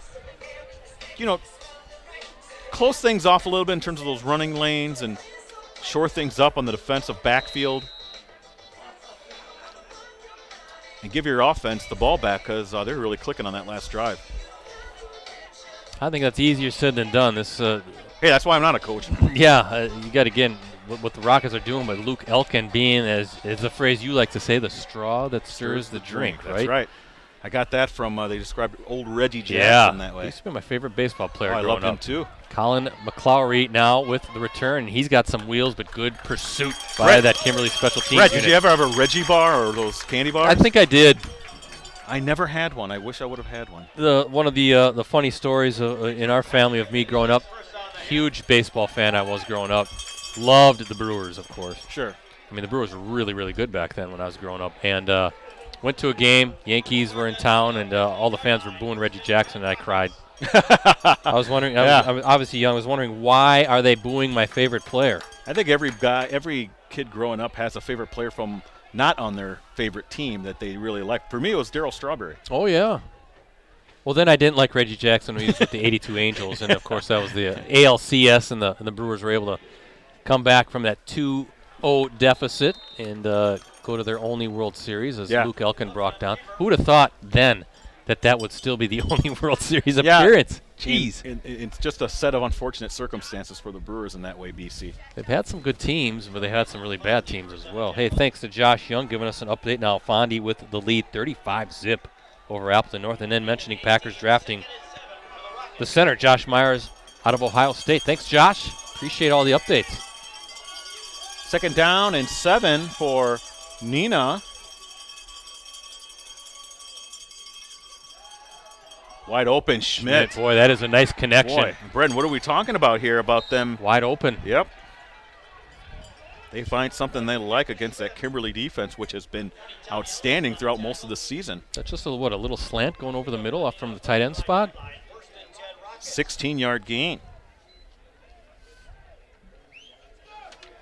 10 of 17 for 119 yards. I have Elkin for unofficially touchdown and an interception. Of course, Luke Elkin, he's heading to the University of Iowa to play college football. He's going to be a long snapper for the Hawkeyes. Very true.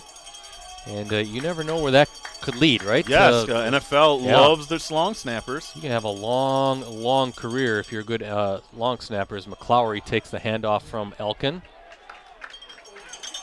As our colleague Mike Sherry said, you never know. Elkin could get on campus, and the coaches might say, hey, got a pretty good athlete here. Yeah, we could bulk him up a little bit, get on the old Big Ten strength conditioning crew, and you never know what your potential could be. Ball's at the 38-yard line, so a 3-yard gain, and 2nd and 7 situation for Elkin and the offense. 2 receivers far side.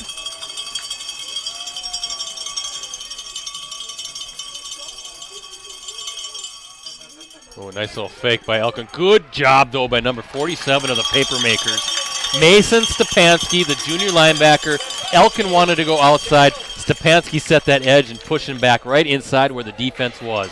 Brett, really good job by the linebacker there. You described that perfectly, Brett, and I think that's sometimes one of those things that you don't see in a box score, but he did his job perfectly. Exactly how coaches instruct you to do it in terms of setting and holding that edge. Because Elkin gets outside, he's got all that space, and he's an athlete, and he's going to make guys miss, and he could have picked up a first down. So a big third down coming up for both the Neenah offense and the Kimberly defense. Ball at the 38, 3rd and 7. 4 receiver set for Neenah. We've seen the open field be a big treasure trove for the Rockets. Elkin looking. Look out. No. Somehow eludes that, going deep downfield. Hanselman. And almost knocked away. It was Ellison. Yeah, Ellison there. I was looking at the official, but that was a good no call. Let him have a little contact there. Ellison knocking it away from Hanselman. It was underthrown, and I thought maybe Ellison had a chance at the pick. But actually, Hanselman did a nice job adjusting to that ball, but Ellison was able to kind of reach around and knock it away. And there you see where, Elkin wasn't able to secure his feet and throw that. Brett Hanselman had a couple of steps on Ellison on that play. I tell you what, though, Elkin, it looked like he was going to get dropped once or twice there on that. It's so good to elude the sack, the tackles, and then he gets out on the run, and he's dangerous. He puts a little air in that ball. He's got a good arm and almost a big completion, but a nice job by Ellison. Again, we've talked about him tonight. The safety now, Tommy Ellison making another big play. So a chance for the Papermakers to expand on this 7-point lead here with 4:37 to play in the third quarter. Appleton East now on top of Spash, 14-6, thanks to Tinkers to Chance for that update.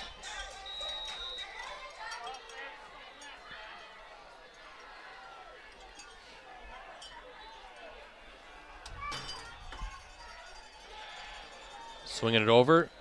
That's a nice long throw. Put a little zip on that, and Owen Polakowski with the catch near the first down line to gain.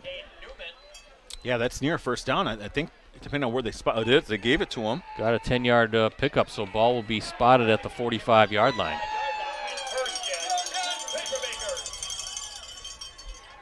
See, the Papermakers, again, start to lean on that run game again, Brett, which worked so well for them on that 10-play, 57-yard drive to start the half. Frazier in the backfield with Pendleton. 2 receivers set.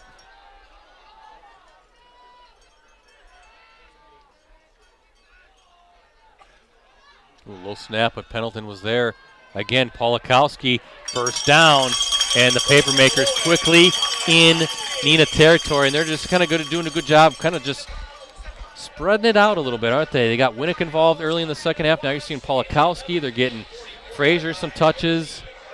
A lot of weapons to focus on if you're the Neenah defense. Yeah, back-to-back passes of 10 and 11 yards, Brett, but more importantly for Kimberly, 2 first downs.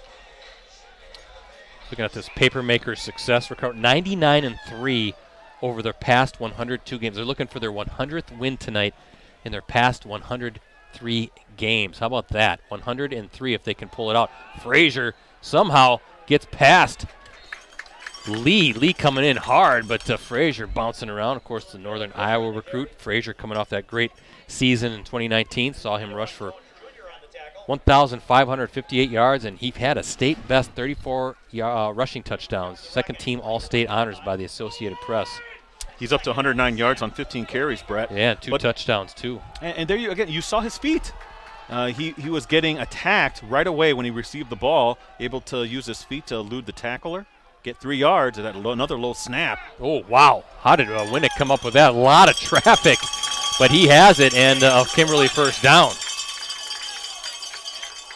A lot of bodies there on the near sideline, both offense and defense, but a good target for Pendleton. Winnick has the first down, but incredible record, Ricardo. 99-3.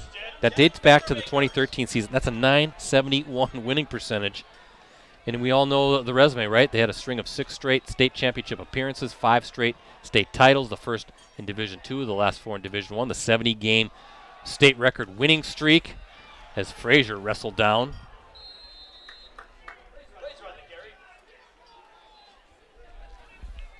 Might have been Jace Jenkins, the outside linebacker there. for the Rockets. And we've talked about this with Kimberly before. They're doing this at the highest of levels, going 99-3. Not just that, they're been typically one of the smaller Division I schools. Incredible winning percentage dating back to the 2013 season. Second down for Kimberly, little push pass. Looking for some space, finally gets around to the edge. That's Colin Oberman. Long developing play, stringing it out, but was able to turn the corner and get some positive yards. But a third down coming up for Kimberly. Third and short. Right near the 25-yard line. 3rd and a 2 situation. They're calling it a 1. I would say that's a long one. Long 1 or a short 2. How about 1.5? Quick moving third quarter here. 1:44 still to play in this third at Papermaker Stadium. Good buzz here tonight. You kind of feel it, can't you? Yeah, I do. It's definitely more than the typical Look game. at this little fake by Pendleton, and he is in to the end zone. 25-yard score for the quarterback.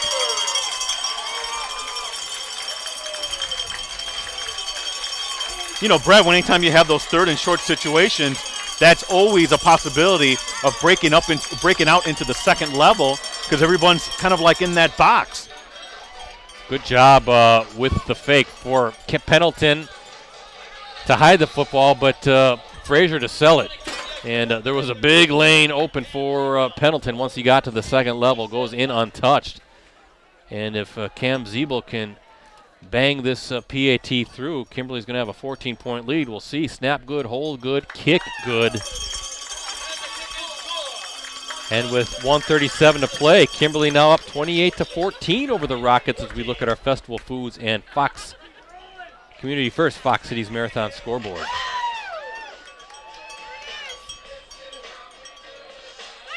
So 2 offensive possessions this half for the Papermakers lead to scores. The 25-yarder by Pendleton, followed by the 1-yard touchdown plunge from Caleb Frazier. Frazier now with 2 touchdowns on the night, 16 and 1 yards. Parker Kester also has a 42-yard score. Neenah with touchdowns. The Luke Elkin 3-yard run and the Luke Elkin 27-yard hookup with Chase Hanselman. By the way, Appleton East 14-6 over Spash late in the third quarter. Thanks, Tinker to Chance. Yeah, Brett, you were talking about Pendleton in that run. If you take a look at my third quarter playlist, Brett. Now, the folks at home can't see this, but I think you can see one-sided. Very one-sided. Basically 5 offensive plays for Neenah, and then 2 longer drives. Well, the first one was a 10-play drive, right? And this was a 7-play, 65-yard drive. Fond du Lac now up 42-7. And the Tampa Bay Buccaneers drafting Kyle Trask for Josh Young, Tom Brady's future replacement. Yes. I wonder where that Quinn Miners went, if he's gone yet. The kid from Whitewater. Oh yeah, with the famous gut, with the big belly. But boy, the scouts loved him. I guess he really had a great showing at the Senior Bowl. It was mauling people, Brett. He'll be a Packer. Oh, you never know. He'll be a Packer and a future Clubhouse Live guest. Well, time for the Rockets to get a good drive going here. As we saw, they were sensational the first half, doing a lot of good things. But as Ricardo said, have not been on the field very much here this third quarter. Been all dominant by this Kimberly offense and defense. 3 receivers near side. Now 5 total for Elkin. Elkin, he wanted to throw, but there was nothing there. Boy, look still at on his feet, wow. though. 5 or 6 guys Brady's dragging. Yeah. Number 98, Michael Dolvet Jr., 6'2", 255 pounds, okay? You're looking at Luke Elkin. He's 205 pounds, so he's not a small kid at all, but he's giving up 50 pounds. And kind of dragging that number 98, and then I didn't see who came in late. Try to help out, but nice strong run by the quarterback for the Rockets. Second down and 6 from the 24 for Neenah. Rockets looking to chip away at that 2-touchdown deficit. Had a solid first half. Third quarter, have been struggling a little bit as Elkin off the right side. Look out. Oh, big hit. That number 44, DeAndre Williams again coming in hard, hitting the quarterback, and I don't know. Elkin's down. He took a pretty good shot there. Oh, and not good to see at all. The Rockets quarterback on his back on the turf. DeAndre Williams came in pretty hard, and that Kimberly defense, Ricardo, really swarming Elkin, so hopefully he's all right. Yeah, gain of 1 yard, but right now, hoping that Elkin is okay. See if I can get some other scores here, Brett, as we wait to see what the condition is with Elkin.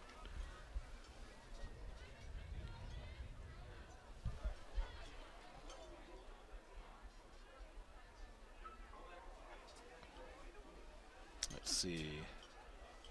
I'm just kind of looking at the Rockets roster. Peyton McClowry, a senior, he's listed at quarterback. Then you have Victor Guerra, a junior quarterback, and Will St. Clair, a freshman quarterback. See who's warming up across the way there. Looks like that's number 15. It's also Matt Young. He's listed as quarterback too, as a junior. So it looks like Matt Young, number 15, warming up right now for the Rockets. But hopefully Elkin is okay.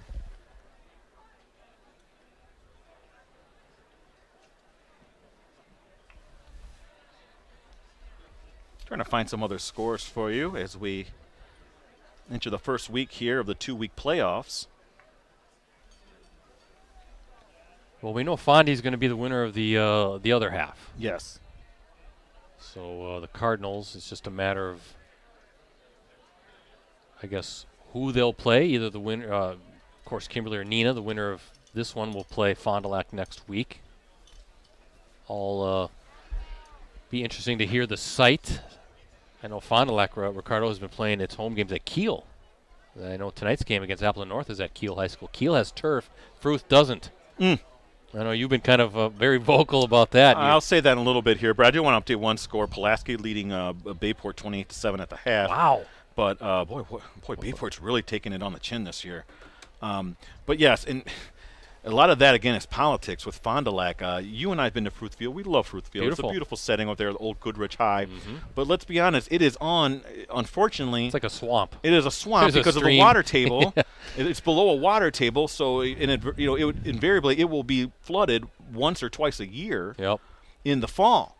And, Fond du Lac, the folks there have been trying to get, something passed to kind of build a field or to put turf in or something. I'm thinking they want to build a new field by the high school. Oh, I'm sure that would which is a beautiful high school, by the way. Fantastic. Yes, and it's like a small college campus, it's big back there.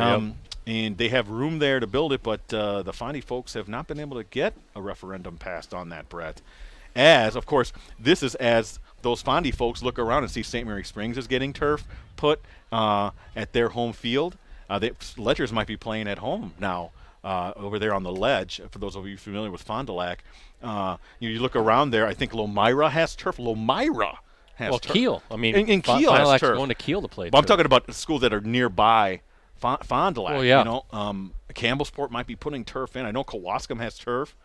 I mean, that's smaller schools are getting the turf fields. And Fond du Lac is one of the top 5 schools in terms of enrollment in the state. And it just seems like it's one thing if you're a little school and you're trying to get a turf, but it's another thing if how many times are those kids going to use that turf? I mean, we see it how it has such a variety of uses. It's not just football. Yes, everyone can use it. We talk about just track. When you run track meets in the spring in the infield, now you know.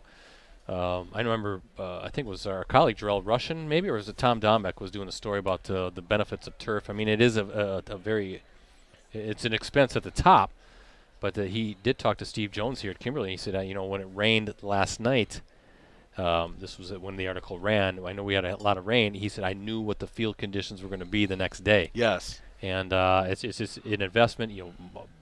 Phy ed classes can come out, soccer can play, marching bands can practice. So you're starting to see now the smaller, and it's only a matter of time before the smaller schools around here get it. you know that Wrightstown's going to get it eventually. Xavier's going to get it eventually. Little Chute's going to get it eventually. Fox Valley Lutheran, probably those schools. St. Mary Catholic has a beautiful facility, and Neenah had to play its week 1 game at SMC just because Rocket Stadium wasn't quite ready to go there in the early stages, the late March game. So, yeah, actually kind of surprised Ricardo that Fond du Lac, when they built the school, just didn't build a football facility right on campus. Neenah's going to be building a brand new school. Yes. They're going to have the whole 9 yards there. I can't wait to see how that turns out. And Neenah will have turf at this new and football field. it might turn out to be that Fond du Lac, when they're playing the other Fox Valley Association schools, they'll be the only ones without turf. That's right. Well, I'm all the trying to Appleton think. schools have it. Kimberly. Both Oshkosh, because they play at Titan. Yes. Menasha has it, the old FEA. Yeah. Yeah. It's stunning to think about, but that could be true.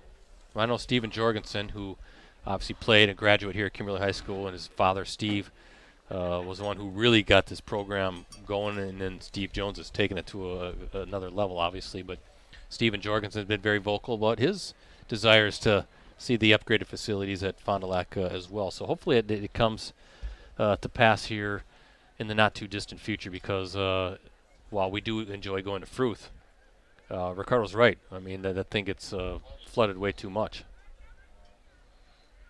Boy, not a good situation here, Ricardo. Elkin's still on his back. Hate to see this.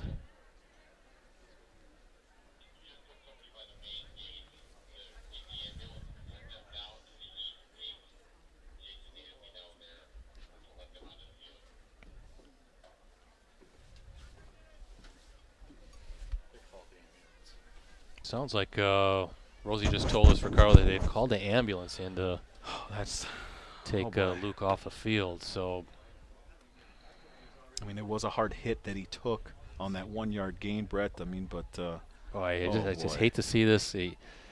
We know his father, Mike, the athletic director at Neenah High School, fantastic, fabulous guy, great family. Oh, he's got to be. He's just got to be.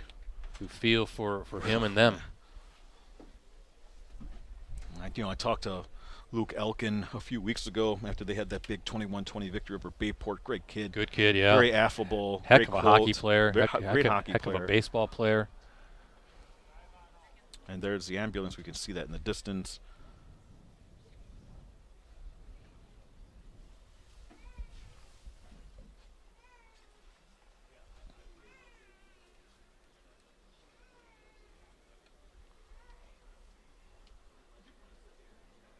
I did see his hands move and everything, though, Brett, or his arms.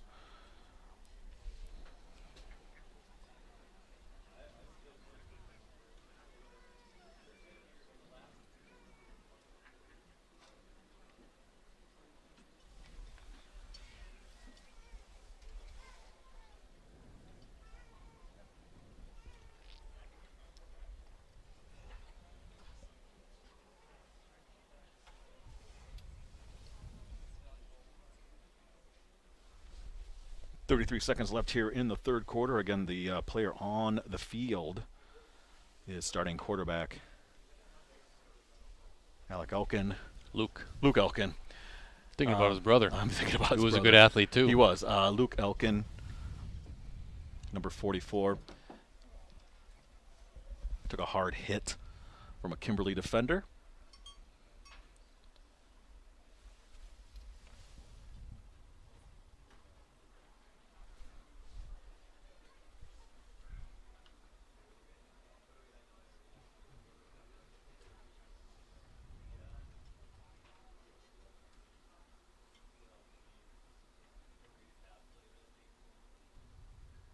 Going back on Twitter to see if I can find some more updates.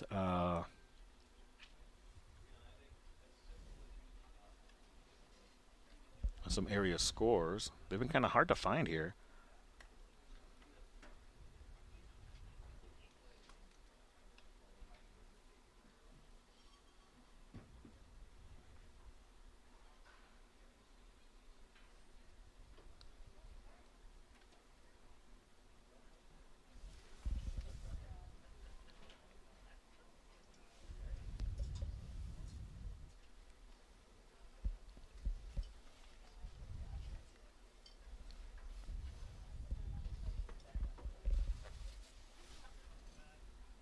Medical personnel still tending to Neenah quarterback Luke Elkin.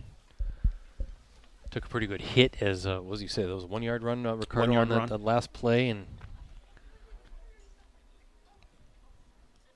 hopefully he's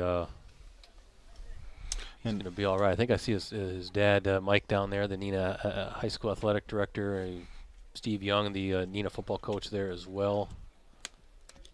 As you can see, a whole bunch of folks just checking out Luke. But you said, Ricardo, he's moving. I saw his arms moving, his hand from his elbow up. But Elkin, with that 1 yard gain, 10 of 17 passing, by the way, for 119 yards and a touchdown and a pick.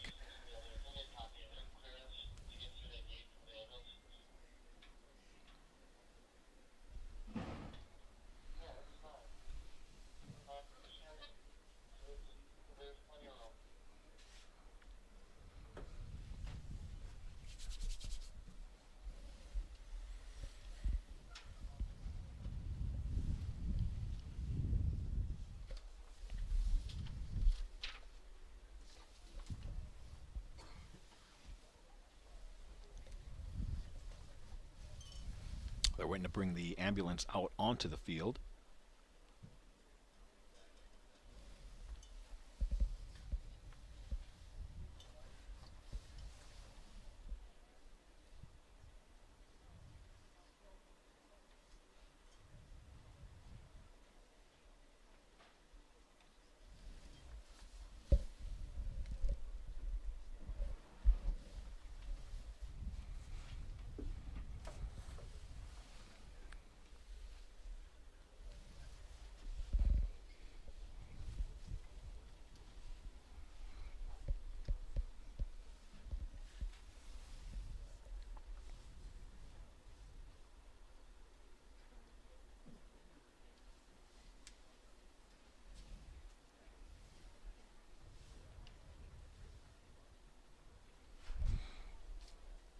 We do see, trying to see who the quarterbacks are throwing on the sidelines over there, Brett.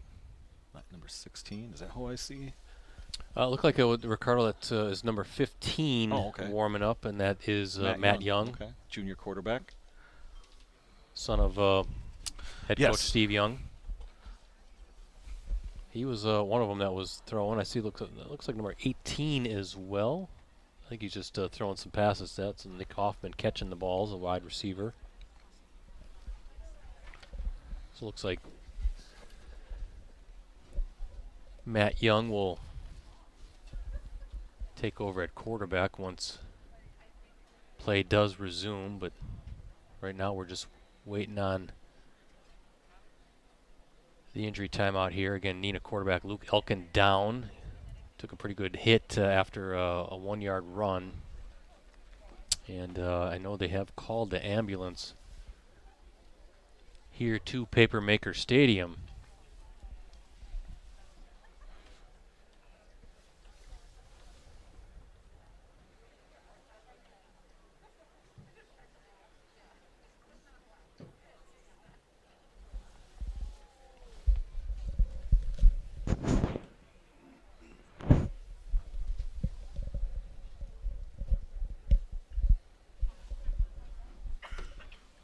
Not going to speculate, obviously, on Luke's injury. But just hope all is well once he gets to the hospital and everything checks out okay.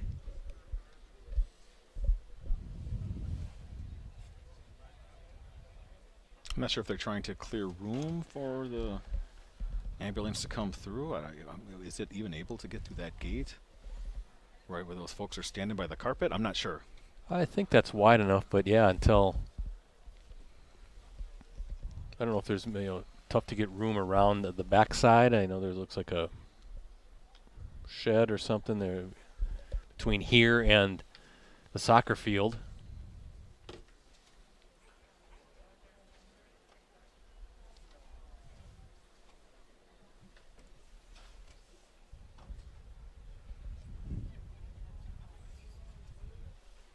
Can run down the scoring here as we continue on with this injury timeout. Neenah got on the scoreboard first on a Luke Elkin run, 3 yards from the opening drive. Actually, that capped a 9-play, 75-yard opening drive. So the Rockets led 7-0. That was scored with 8:01 to play in the first quarter. Then Kimberly scored the next two. 16-yard run by Caleb Frazier with 3:08 to play in the first quarter, and then a 42-yard run by Parker Kester with 3:18 to play in the second quarter. Gave the Papermakers a 14-7 lead. And then Elkin hit Chase Hanselman with 29 seconds to go into the second quarter. That was a 27-yard hookup. And it was 14-14 at the half. And then it's been all Kimberly so far here in this third quarter. A 1-yard touchdown run by Caleb Frazier with 7:45 to play in the quarter. Capped a 10-play, 57-yard drive, made it 21-14 Kimberly. And then a 25-yard run by the quarterback, Caden Pendleton, with 1:37 to play. And that's where we sit, 28-14, as you look at our Festival Foods and Community First Fox Cities Marathon scoreboard. Looks like the ambulance has arrived on the far end.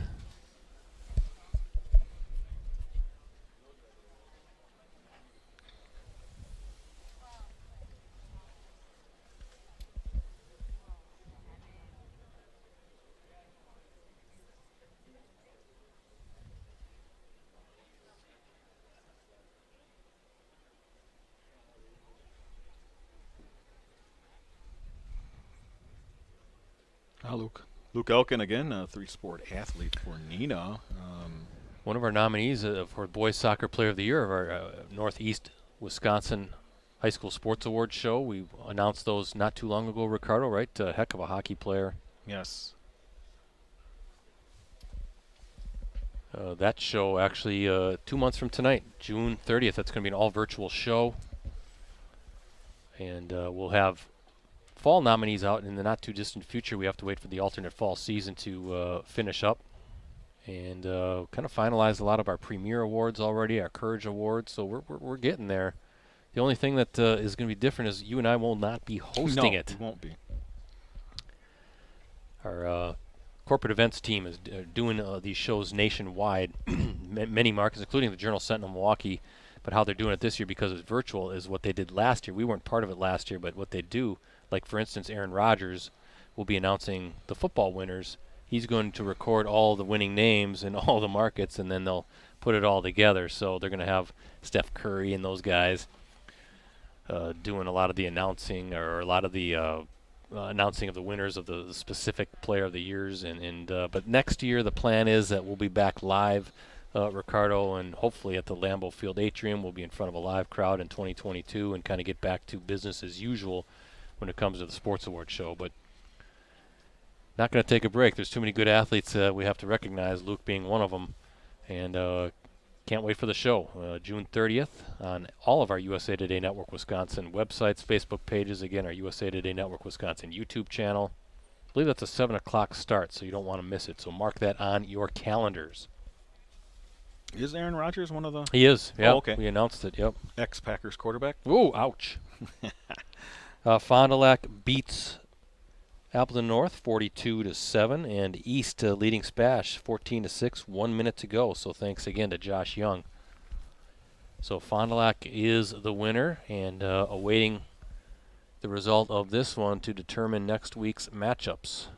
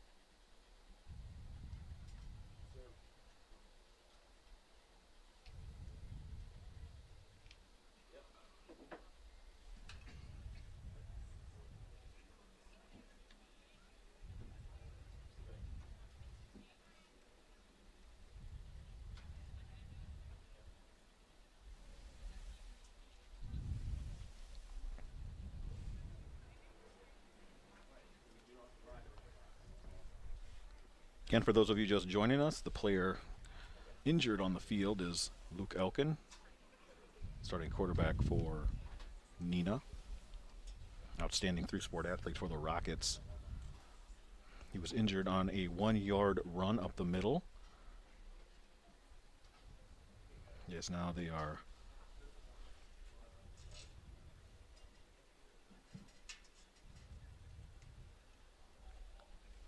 looking to get him into the ambulance.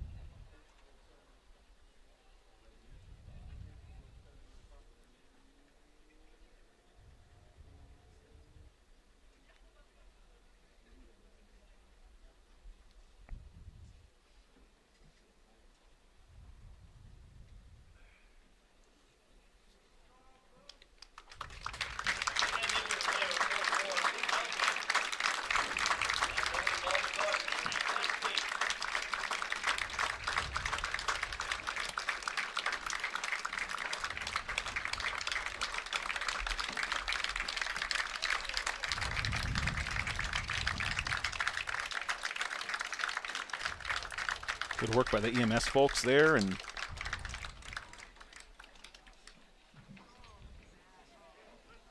taking care of Luke Elkin. Now we see Coach Steve Jones talking to his Kimberly football team, and Young doing the same for the Rockets. Tough now to kind of get It is tough. refocused after a situation like that.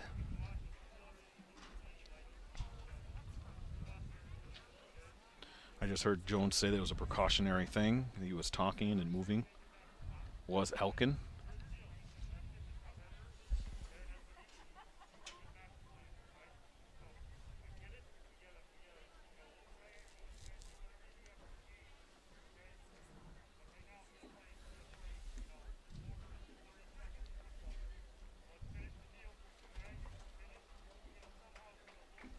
Well, thoughts are with Luke and his family. And again, hopefully all will be okay once he gets to the hospital, checks out okay, and be back on his feet in no time. Heck of an athlete, heck of a kid, and you just feel for him and his family and the entire Neenah football program. So I think now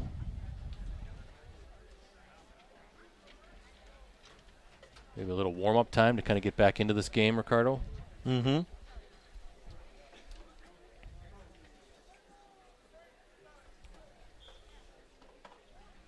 So after that lengthy injury timeout, the delay, the official's going to let the players from both sides kind of warm up, get back into it. 33 seconds still to play here in the third quarter at Papermaker Stadium. Kimberly up 28-14. Again, as we look at our festival foods and Community First Fox Cities Marathon scoreboard. Teams are going to take a little bit of time here to warm up again after that stoppage in play.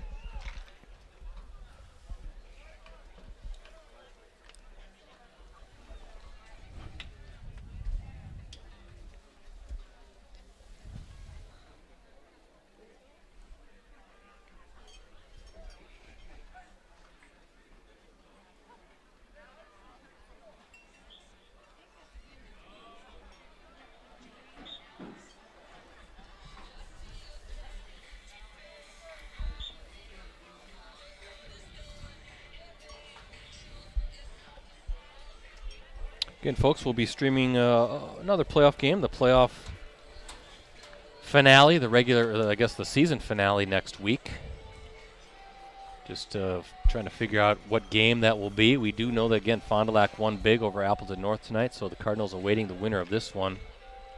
Cardinals ranked number 1 in the state in the Division I WisSports.net state coaches poll.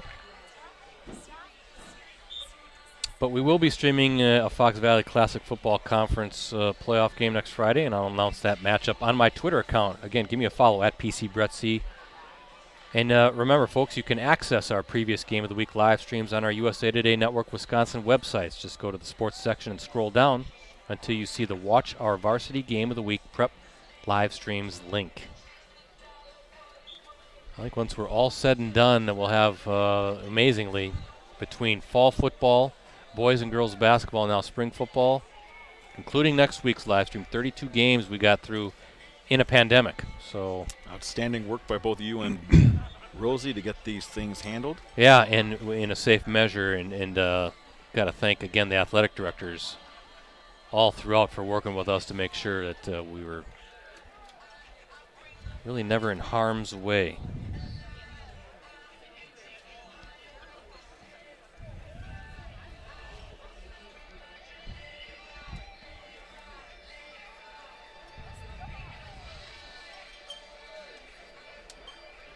By the way, I guess a chance before the teams take over, start up again, Ricardo. Well, congratulations to John Murphy. Yes, Brett, absolutely. Yeah.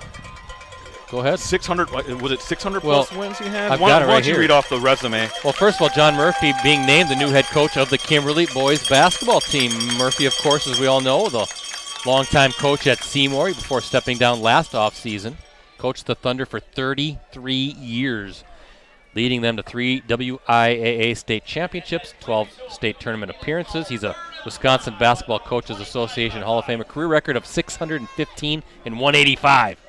One of just 6 coaches in state history, Ricardo, with at least 600 career victories. Murphy replaces the retiring Lucky Wirtz, who guided the Papermakers the past 13 seasons, of course, had great success. Kimberly advanced to the D1 state championship this past season and has won or shared the FBA title in 4 of the last 7 seasons. So going from one outstanding coach to another. Yeah, and good for Coach, Murphy. I mean, good to see him back on the sidelines.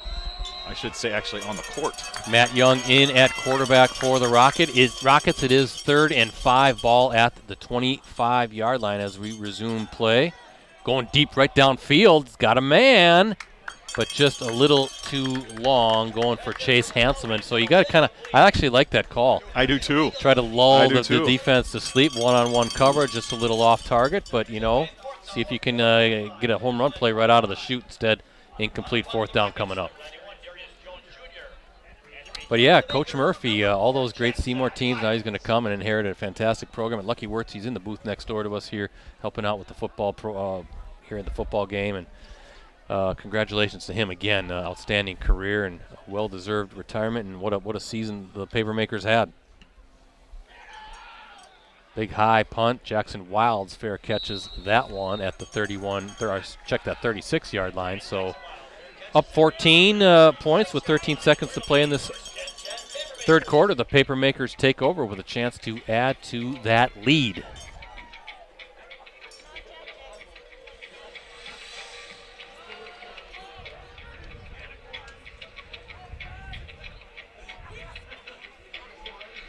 It's been all Kimberly in this third quarter in terms of the offensive plays.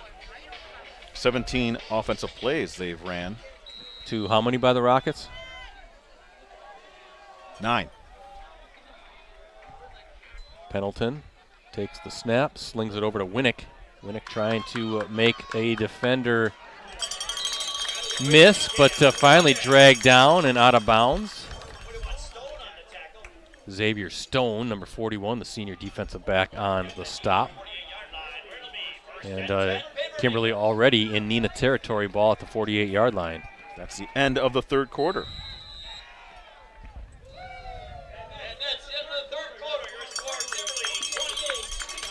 Update the Twitter account here quick. You can follow me at PC Ricardo, Brett at PC Brettsy, and Rosie at Metal Rosie. Again, thank you to our sponsors, Festival Foods. The folks over there know that getting involved and doing good is part of being a good neighbor and member of the community, and they strive to be a true asset to our communities and embody the give-back spirit of Wisconsin. And don't forget about the Community First Fox Cities Marathon. Registration now open for the 30th running of the marathon. Visit foxcitiesmarathon.org for details. And folks, one more time, we've got a great deal on a digital subscription to the Post-Crescent for the next 6 months. You can get all the benefits included with a digital subscription for just $1. Go to postcrescent.com/subscribe. 6 months, $1.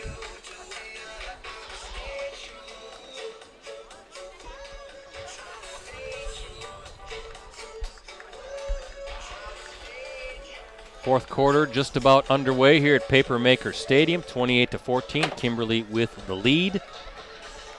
First and 10, Kimberly from the Neenah 48 is how this fourth quarter will open up, and it's kind of feels like a now or never moment for this Neenah defense. They got to force a turnover, get off the field somehow, get the ball back to its offense. You let Kimberly start running the ball maybe here as Caleb Frazier takes it. Big hole up the middle. Watch out. He gets a full head of steam, and he's going to get a lot of yards, and he's going to bowl over some defenders, and now the ball inside the 30-yard line. And a chance really, Ricardo, at this drive for the Papermakers to maybe ice the game. Ball will be marked right at the 30-yard line. He's a scary running back when he gets to that second level, and there's space, and he's kind of lowering his shoulder, and he's looking for guys to hit, I think. Absolutely.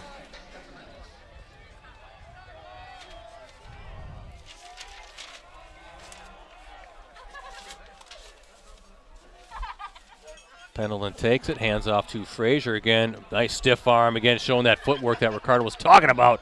Finally pushed out of bounds.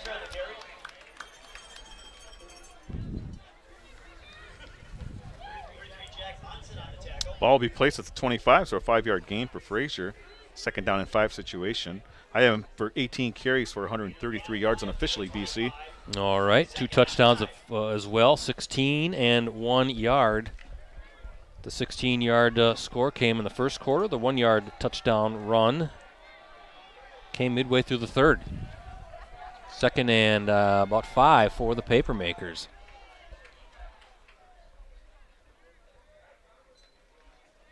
Parker Kester's turn this time. How about that? Oh, spins out of his tackle.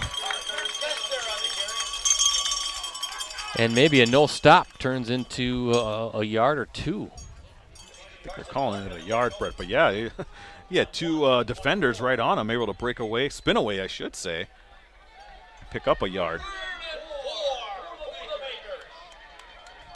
So 3rd and 4 now coming up for Kimberly, 4 down territory for sure. And again, though, a big moment for this Neenah defense. See if the Rockets can get a big stop, force 4th down, but 3rd down coming up. Let's see what Pendleton has in store. He's waiting for the snap. Parker Kester, the running back. Kester takes it. Oh, big hole up front, and he's got the first down and more. Yeah, Brett, there was some confusion on the back end there by the Neenah defense. 12-yard pickup for Kester, though. First down and 10 at the 12 for Kimberly. And they have been really, really setting the tempo in this entire second half.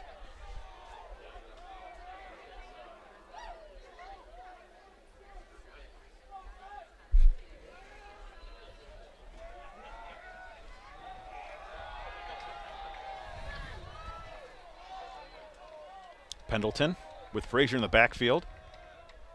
Power formation again for Kimberly. Oh, big hole on the left side, wide open. That's Frazier's 3rd rushing touchdown of the game. That one a 12-yard score.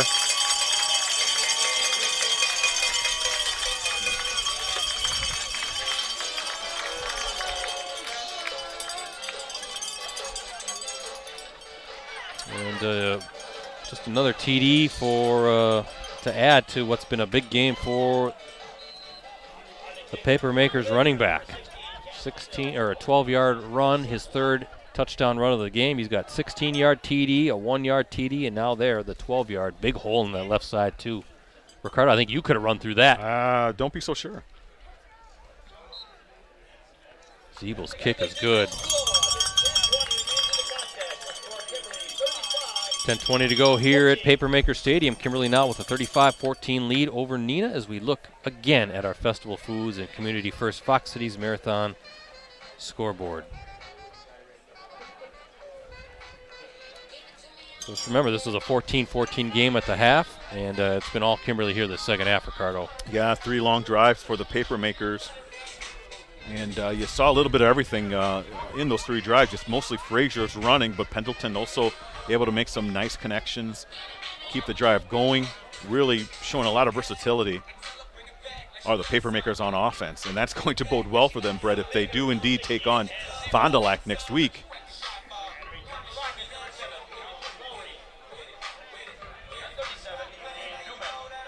Again, 10:20 left here in the fourth quarter. 35-14 lead for Kimberly over Neenah on your Community First Fox Days Marathon and Festival Food scoreboard.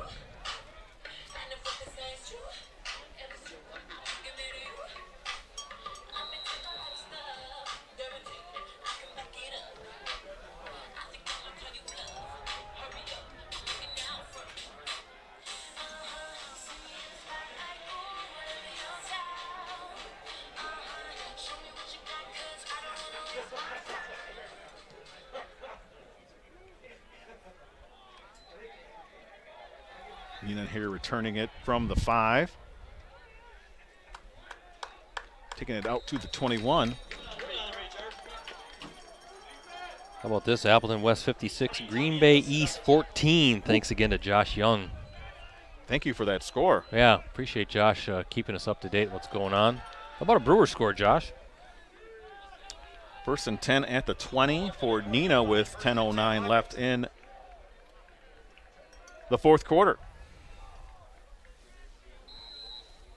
See how different this Neenah offense is going to be. Brett Elkin was so pivotal to everything that they did. Yeah, I mean, the centerpiece, without a doubt. I mean, he could hurt you with his legs, could hurt you with his vision, his arm. The very definition of a dual threat quarterback. Young now looking, chased out.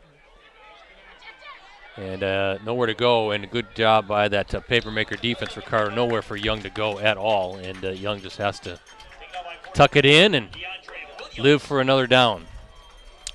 He did a good job to make that a no gain, Brett. 2nd down and 10 from the 20 again for Neenah. Again, this game was 14-14 at the half, Brett. Kimberly really kind of put its foot down and has dominated the second half.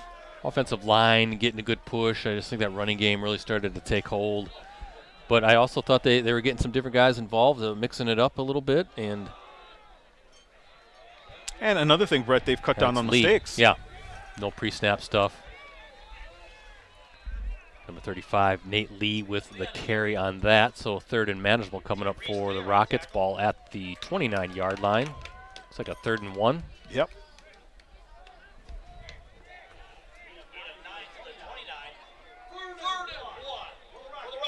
And Josh on cue, 2-1 Dodgers with the lead in the bottom of the 7th. So plenty of time for the crew.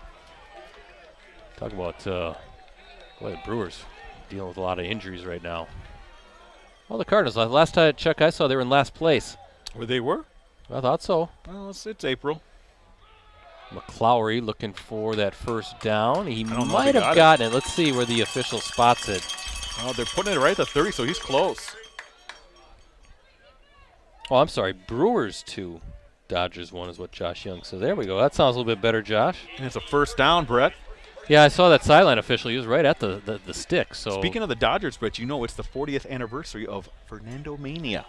Oh, wow. My getting old. That was big when I was a kid. Yes. I saw that. It came across one of my YouTube channels. 81. Yeah, I remember that. It's a fabulous rookie year, and for about 4 or 5 years, he was about as fun to watch and dominate as pitcher with that screwball. No one throws a screwball anymore, I don't think. Did the Dodgers go to the World Series that year in 81? Yeah, he was. Was that against the Yankees? Yes. Yeah. I think he was on 2 World Series teams. I don't think the second one with Kirk Gibson, he pitched in the postseason. He was hurt. There's Lee looking for some tough yards for the Rockets. Yeah, that was a strike short, and remember 81 season, and I do remember that because the Brewers made it to the playoffs for the first time in team history. Is that where they lost to? They lost to the Yankees yes. then, and okay. I forget how they worded it, but then the Yankees, I'm trying to remember who they played in the ALCS.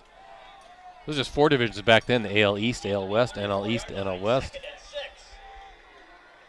Yeah, Fernando. I remember also the All-Star game. I thought Fernando and Teddy Higuera, the great Brewers lefty, I thought one had to pitch to the other, and I remember them kind of smiling in the All-Star game. Yeah, 2 Mexican pitchers. I don't know if that had happened before that point. Well, Higuera was good. Yes, he was. Had that one magical season, I remember. I think it was like 85 or 86. Wasn't he a 20-game winner? Might be the last Brewers 20-game winner. He was a left-hander too, right? Yeah, number 49. And finally, we're really showing our age, my friend. If you said 40 years, I'm like, that can't be. We're still so young. Brett, you don't look a day over 50. Well, I'm not that. I'm not there yet. I got a year and a half to go. So ease off on Father Time, would you? Is Colin McClowry with the catch? Oh no, I'm sorry, incomplete pass. Yeah, now the Brewers finally really developed.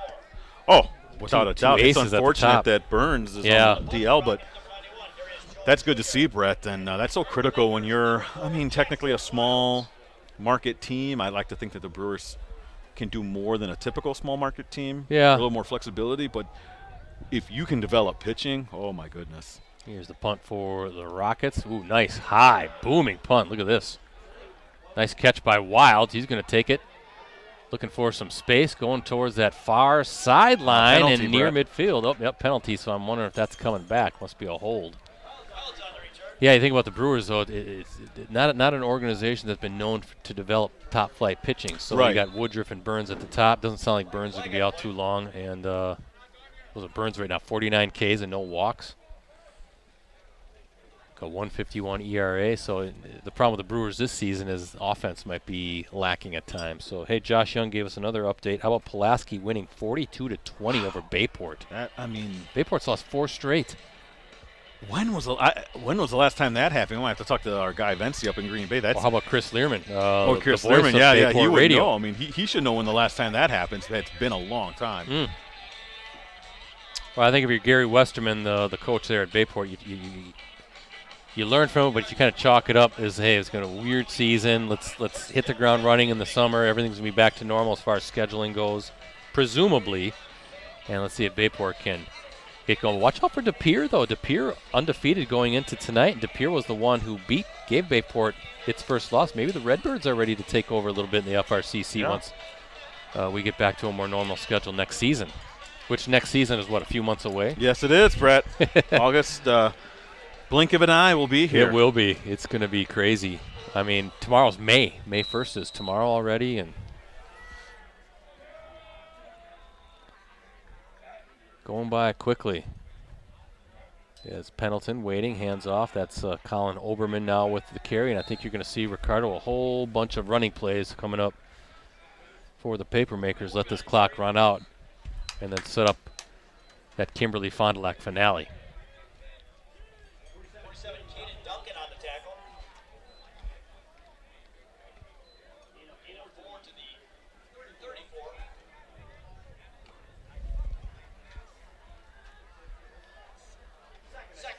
Second and 6 situation for Kimberly.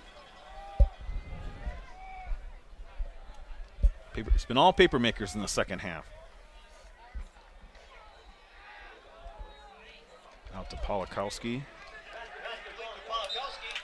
He takes it to the 41, we'll call it. But more importantly for the Papermakers, that's a first down, Brett. First down and 10 at the 41. Keeps the clock running. Just under 6 minutes left here. 35-14 lead for Kimberly on your Community First, Fox Cities Marathon, and Festival Foods scoreboard.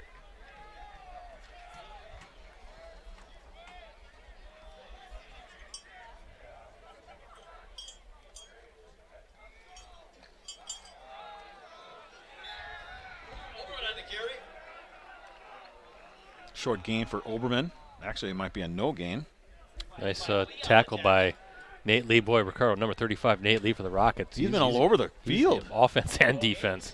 Yeah, 5'11", 186-pound senior, Brett. Defensive back. They call him in a fullback. Playing 2 ways, too.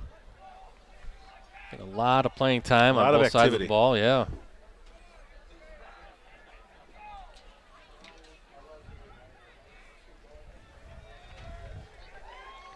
Well, I guess as this game starts to wind down, and your early thoughts on the Kimberly Fond du Lac matchup. Now, we haven't seen Fond du Lac play this year, but of course they're highlighted by 2 fantastic players, Braylon Allen and quarterback Kyle Waljasper. Yes, and I think that those are the 2 headliner guys. Obviously, the team has more than just those 2 guys, but this is going to be where and then Pendleton and Caleb Frazier, are the 2 biggest names, I guess you could say, for Kimberly. That's going to be a heck of a matchup, heck of a battle. Fond du Lac, I guess, will be the favorite, right, going into well, that? they're number 1 ranked, and it's been rare when Kimberly is not the favorite. Obermiller. I'm sorry, Oberman. Yep, I was just going to say, Ricardo, sorry, Zach Kreider, number 10, in at quarterback for the Papermakers.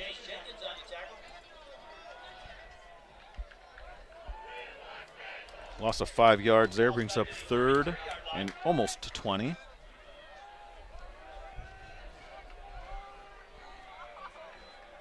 Okay, Kimberly just trying to run out this clock.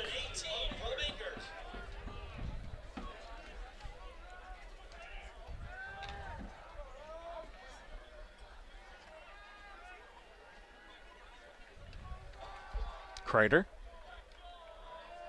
2 receivers near side.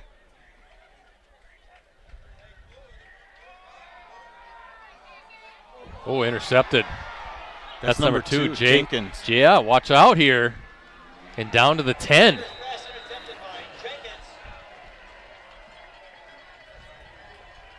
.339 to play. Big turnover and a chance for the Rockets. Ball's going to be spotted at the 10. Hey, you never know.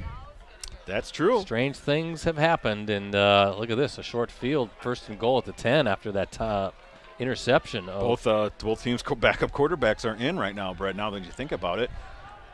Again, Kreider for Kimberly and number 15, Matt Young for Neenah.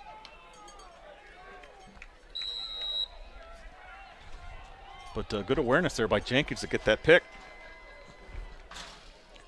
McClowry in the backfield with Young. Young's going to swing it. Whoa! And good read by number 24, Max Sanderfoot, the senior linebacker. He read it the entire way, got in there just at the last second and knocked the ball away. Incomplete pass. 2nd and goal to go Rockets from the 10-yard line.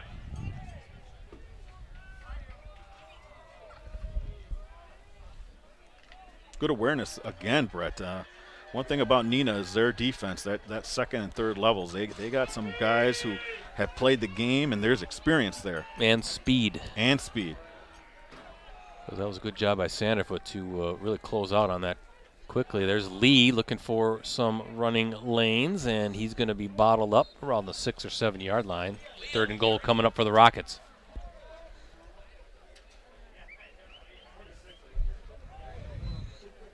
We were talking about Fond du Lac, Brett, and obviously we're talking about Braylon Allen, who reclassified as a senior so that he can hit the Wisconsin He wants out. campus this spring. He's perhaps done this with summer. high school. Yes, he is.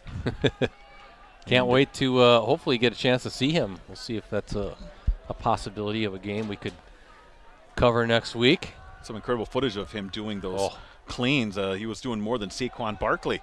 That's nuts. And that was almost intercepted. Yeah, Ellison getting his hands all over that, so 4th down now coming up for Neenah. Again, Rockets playing with their backup right now, Matt Young. Luke Elkin, the sensational starting quarterback for the Rockets, went down in the 3rd quarter with an injury and had to be taken off in an ambulance. So hopefully all is well with Luke. And a timeout now coming for the Rockets. Yeah, sorry about that. Thought I misspoke, but Rockets burning the timeout.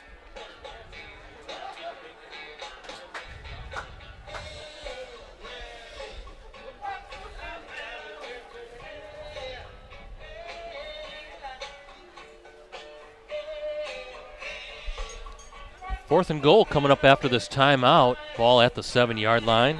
2:46 to play.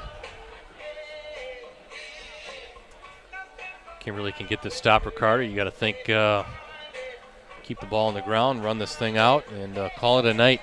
Play one more week next week.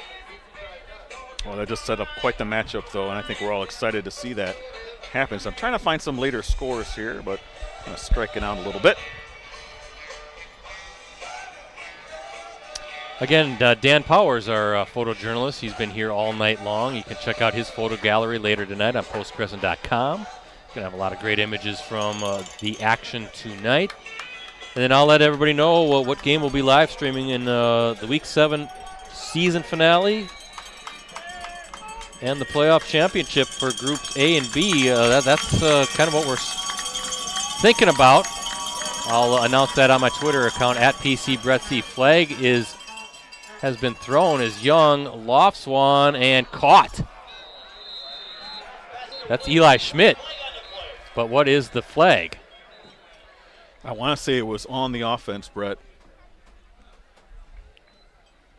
Illegal formation, maybe? Illegal shift that they're going to call against the Rockets. So touchdown will be taken off the scoreboard. Well, I got to say, that was some good scrambling. Yeah. So by Young. And nice throw, too. How about DePere taking it to Sheboygan North tonight, 42-7. How about Josh Young tweeting earlier, Houston Texans taking a quarterback. Does that mean Deshaun Watson? What's up with him? They took Davis Mills, a Stanford kid who, Yeah. Has all, he has potential. So who knows what's going on with Deshaun Watson. It's been a weird year. Russell Wilson kind of saying he wanted out. And what a mess that's going on over there in Houston. I'll tell you this much. As a Bears fan, I wanted Deshaun Watson so bad. Well, you're probably glad you don't have him. Yeah, just think if they would have taken him and this would have happened. Yeesh. That would have been the Bears' luck. Yeah, it would have been exactly the Bears' luck. Well, Brett, 4th down and 12 from the 12, or 4th down and goal to go from the 12, I should say.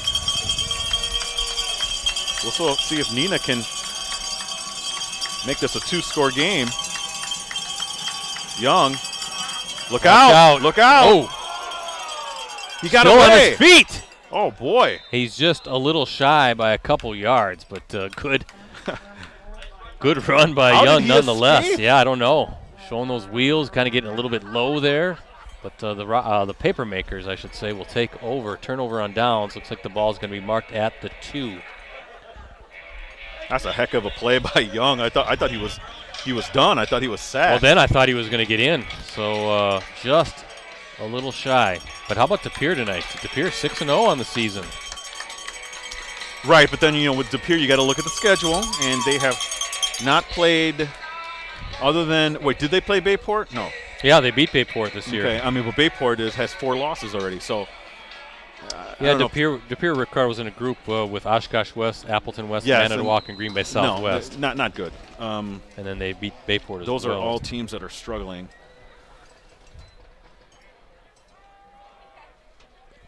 That might be is that a safety? No, they had him. They had him out of the end zone, forward progress. Out of the end zone, but I think maybe a 1-yard loss. Ball's it looks like it's inside the 1. Barry with the carry. Hey, that rhymes. There you go. And Seth Myron now in at quarterback for the Papermakers. It's a long run back to that huddle, Ricardo. Might have the JV offense in for Kimberly. Myron has the frame. He looks like a potential starter for Kimberly in the near future. Barry working hard for that yard.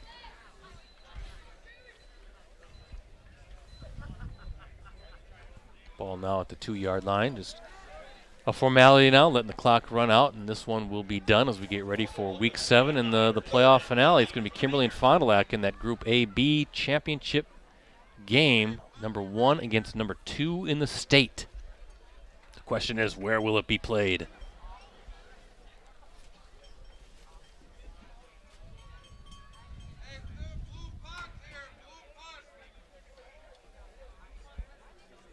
I think the Papermakers going to let the clock run out, take the delay of game call. I don't think the penalty is going to affect the positioning. Nope, check that. Kimberly's going to take a timeout. Okay. 47 seconds to go. So you get some stuff tonight from this game, and folks will be able to read about it when? Read about the wrap-up later tonight, and then hopefully I'll have a little video to go along with it either tonight or tomorrow morning. Actually, I saw Dan Wusso, one of our colleagues. He was down there too. I wonder if he was taking. Oh, he some might video. have been getting some highlight videos. Yes. Okay. He sends them to me to use, and George Jacobson also. he'll be out. He's probably out and about somewhere else. I don't believe he went to Kiel. Yeah, Kiel's not that far away. Actually, that's a nice area. I don't know if I've been to Kiel. I've had to go there a few times. Well, actually, for both my sons. Where is it by? New Holstein. Oh, I've been to New Holstein. That's actually a nice drive if you're going to Sheboygan, kind of taking the back way in, like 57. Kiel's real nice high school, good people there, nice facilities. As Barry, that'll be 4th down, and I don't think Kimberly's going to have to snap the ball anymore, Ricardo. It's 4th down coming up.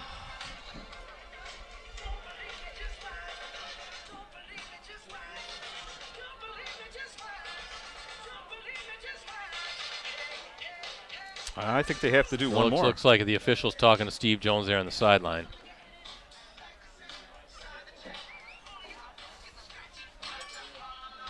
Well, maybe they don't have to. Yeah, I think they'd be lining up to shake hands, so not quite yet. Well, as they don't do the shaking hands thing now, Brett. The wave. The wave, yep. And then now Kimberly going to burn with 1 second. That's what the official was telling them. Delay of game with 1 second to go. So now what do you do with 4th down? You just kind of run around and. I think you just press ahead.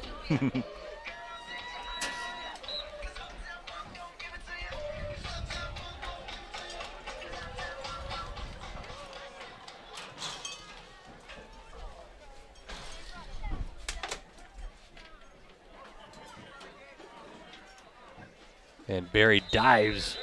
Make sure he gets out of the end zone, but that is how this game comes to a close. Again, as we look at our Festival of Foods and Community First Fox Cities Marathon scoreboard, shows Kimberly with the win tonight, 35-14. Ricardo, any last thoughts before you head down to the field? Yeah, first off, hope that Luke Elkin is fine, and I think we're getting the vibe that he is going to be okay. They took him for precautionary reasons, but that's unfortunate what happened there. I really like what I saw from Neenah, Brett.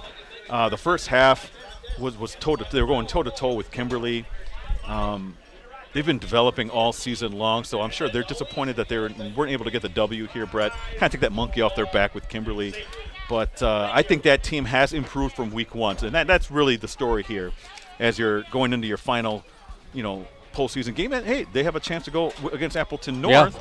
Yeah. That's another, program that's usually at a high level. They get to do this again, Brett, see how they match up against with the Lightning. But I think Coach Young has that program going in the right direction. And then for Kimberly, well, now it's set up. Now we got it. Here we go. They played so much better in the second half. I think we saw in the first half, what's going on here? They're making some mental mistakes. I'm sure Coach Jones wasn't happy. They're able to turn things around and get back to playing Kimberly football the way we see them play. The nice, long, sustained drives, big plays, no mental errors, none of that kind of stuff. And I'm really looking forward to next week. I know you are as well. Yeah, I'm looking forward to it too. We'll just got to wait and see where that game will be played. I'm sure they'll announce that shortly. So, Ricardo, we'll let you go. Good work as always. Thank you, my friend, and thank you, Rosie. Yeah, let me run down the scoring before we sign off for the night. Again, Neenah got on the scoreboard first with 8:01 to play in the first quarter. That was a 3-yard touchdown run by Luke Elkin. That capped a 9-play, 75-yard drive, made it 7-0 Neenah. Then Kimberly with 2 straight touchdowns. First, a 16-yard run by Caleb Frazier with 3:08 to play in the first quarter, tied it up at 7 apiece. Kimberly then took the lead on a 42-yard run by Parker Kester. That's with 3:18 remaining in the second quarter, made it 14-7 Kimberly. That came off of the Griffin Weagle interception in the end zone. So Kimberly taking a turnover and turning into points. Neenah tied it up, though, late in the second quarter, 29 seconds to go to be exact. A 27-yard pass from Elkin to Chase Hanselman, and it was tied at 14 apiece at the break. All Kimberly in the second half, though.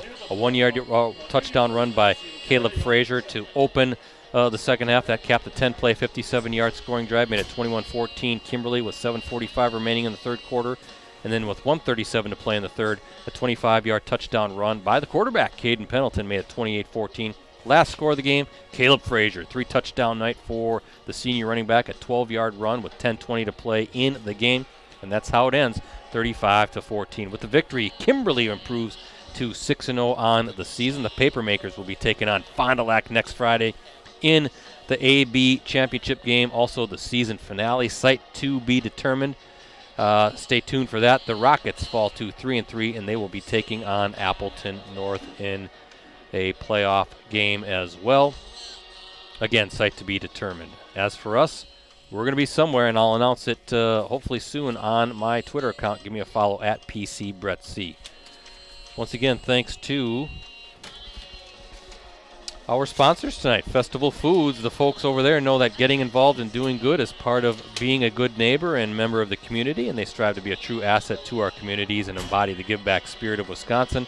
And the Community First Fox Cities Marathon, registration now open for the 30th running of the Community First Fox Cities Marathon. Visit foxcitiesmarathon.org for details. So for Ricardo, for Rosie and the crew with USA Today Network Wisconsin, I'm Brett Christopherson signing off from Papermaker Stadium here in Kimberly, Wisconsin. Once again, the final score tonight, the Papermakers 35 and the Rockets 14. Thanks for watching, everybody.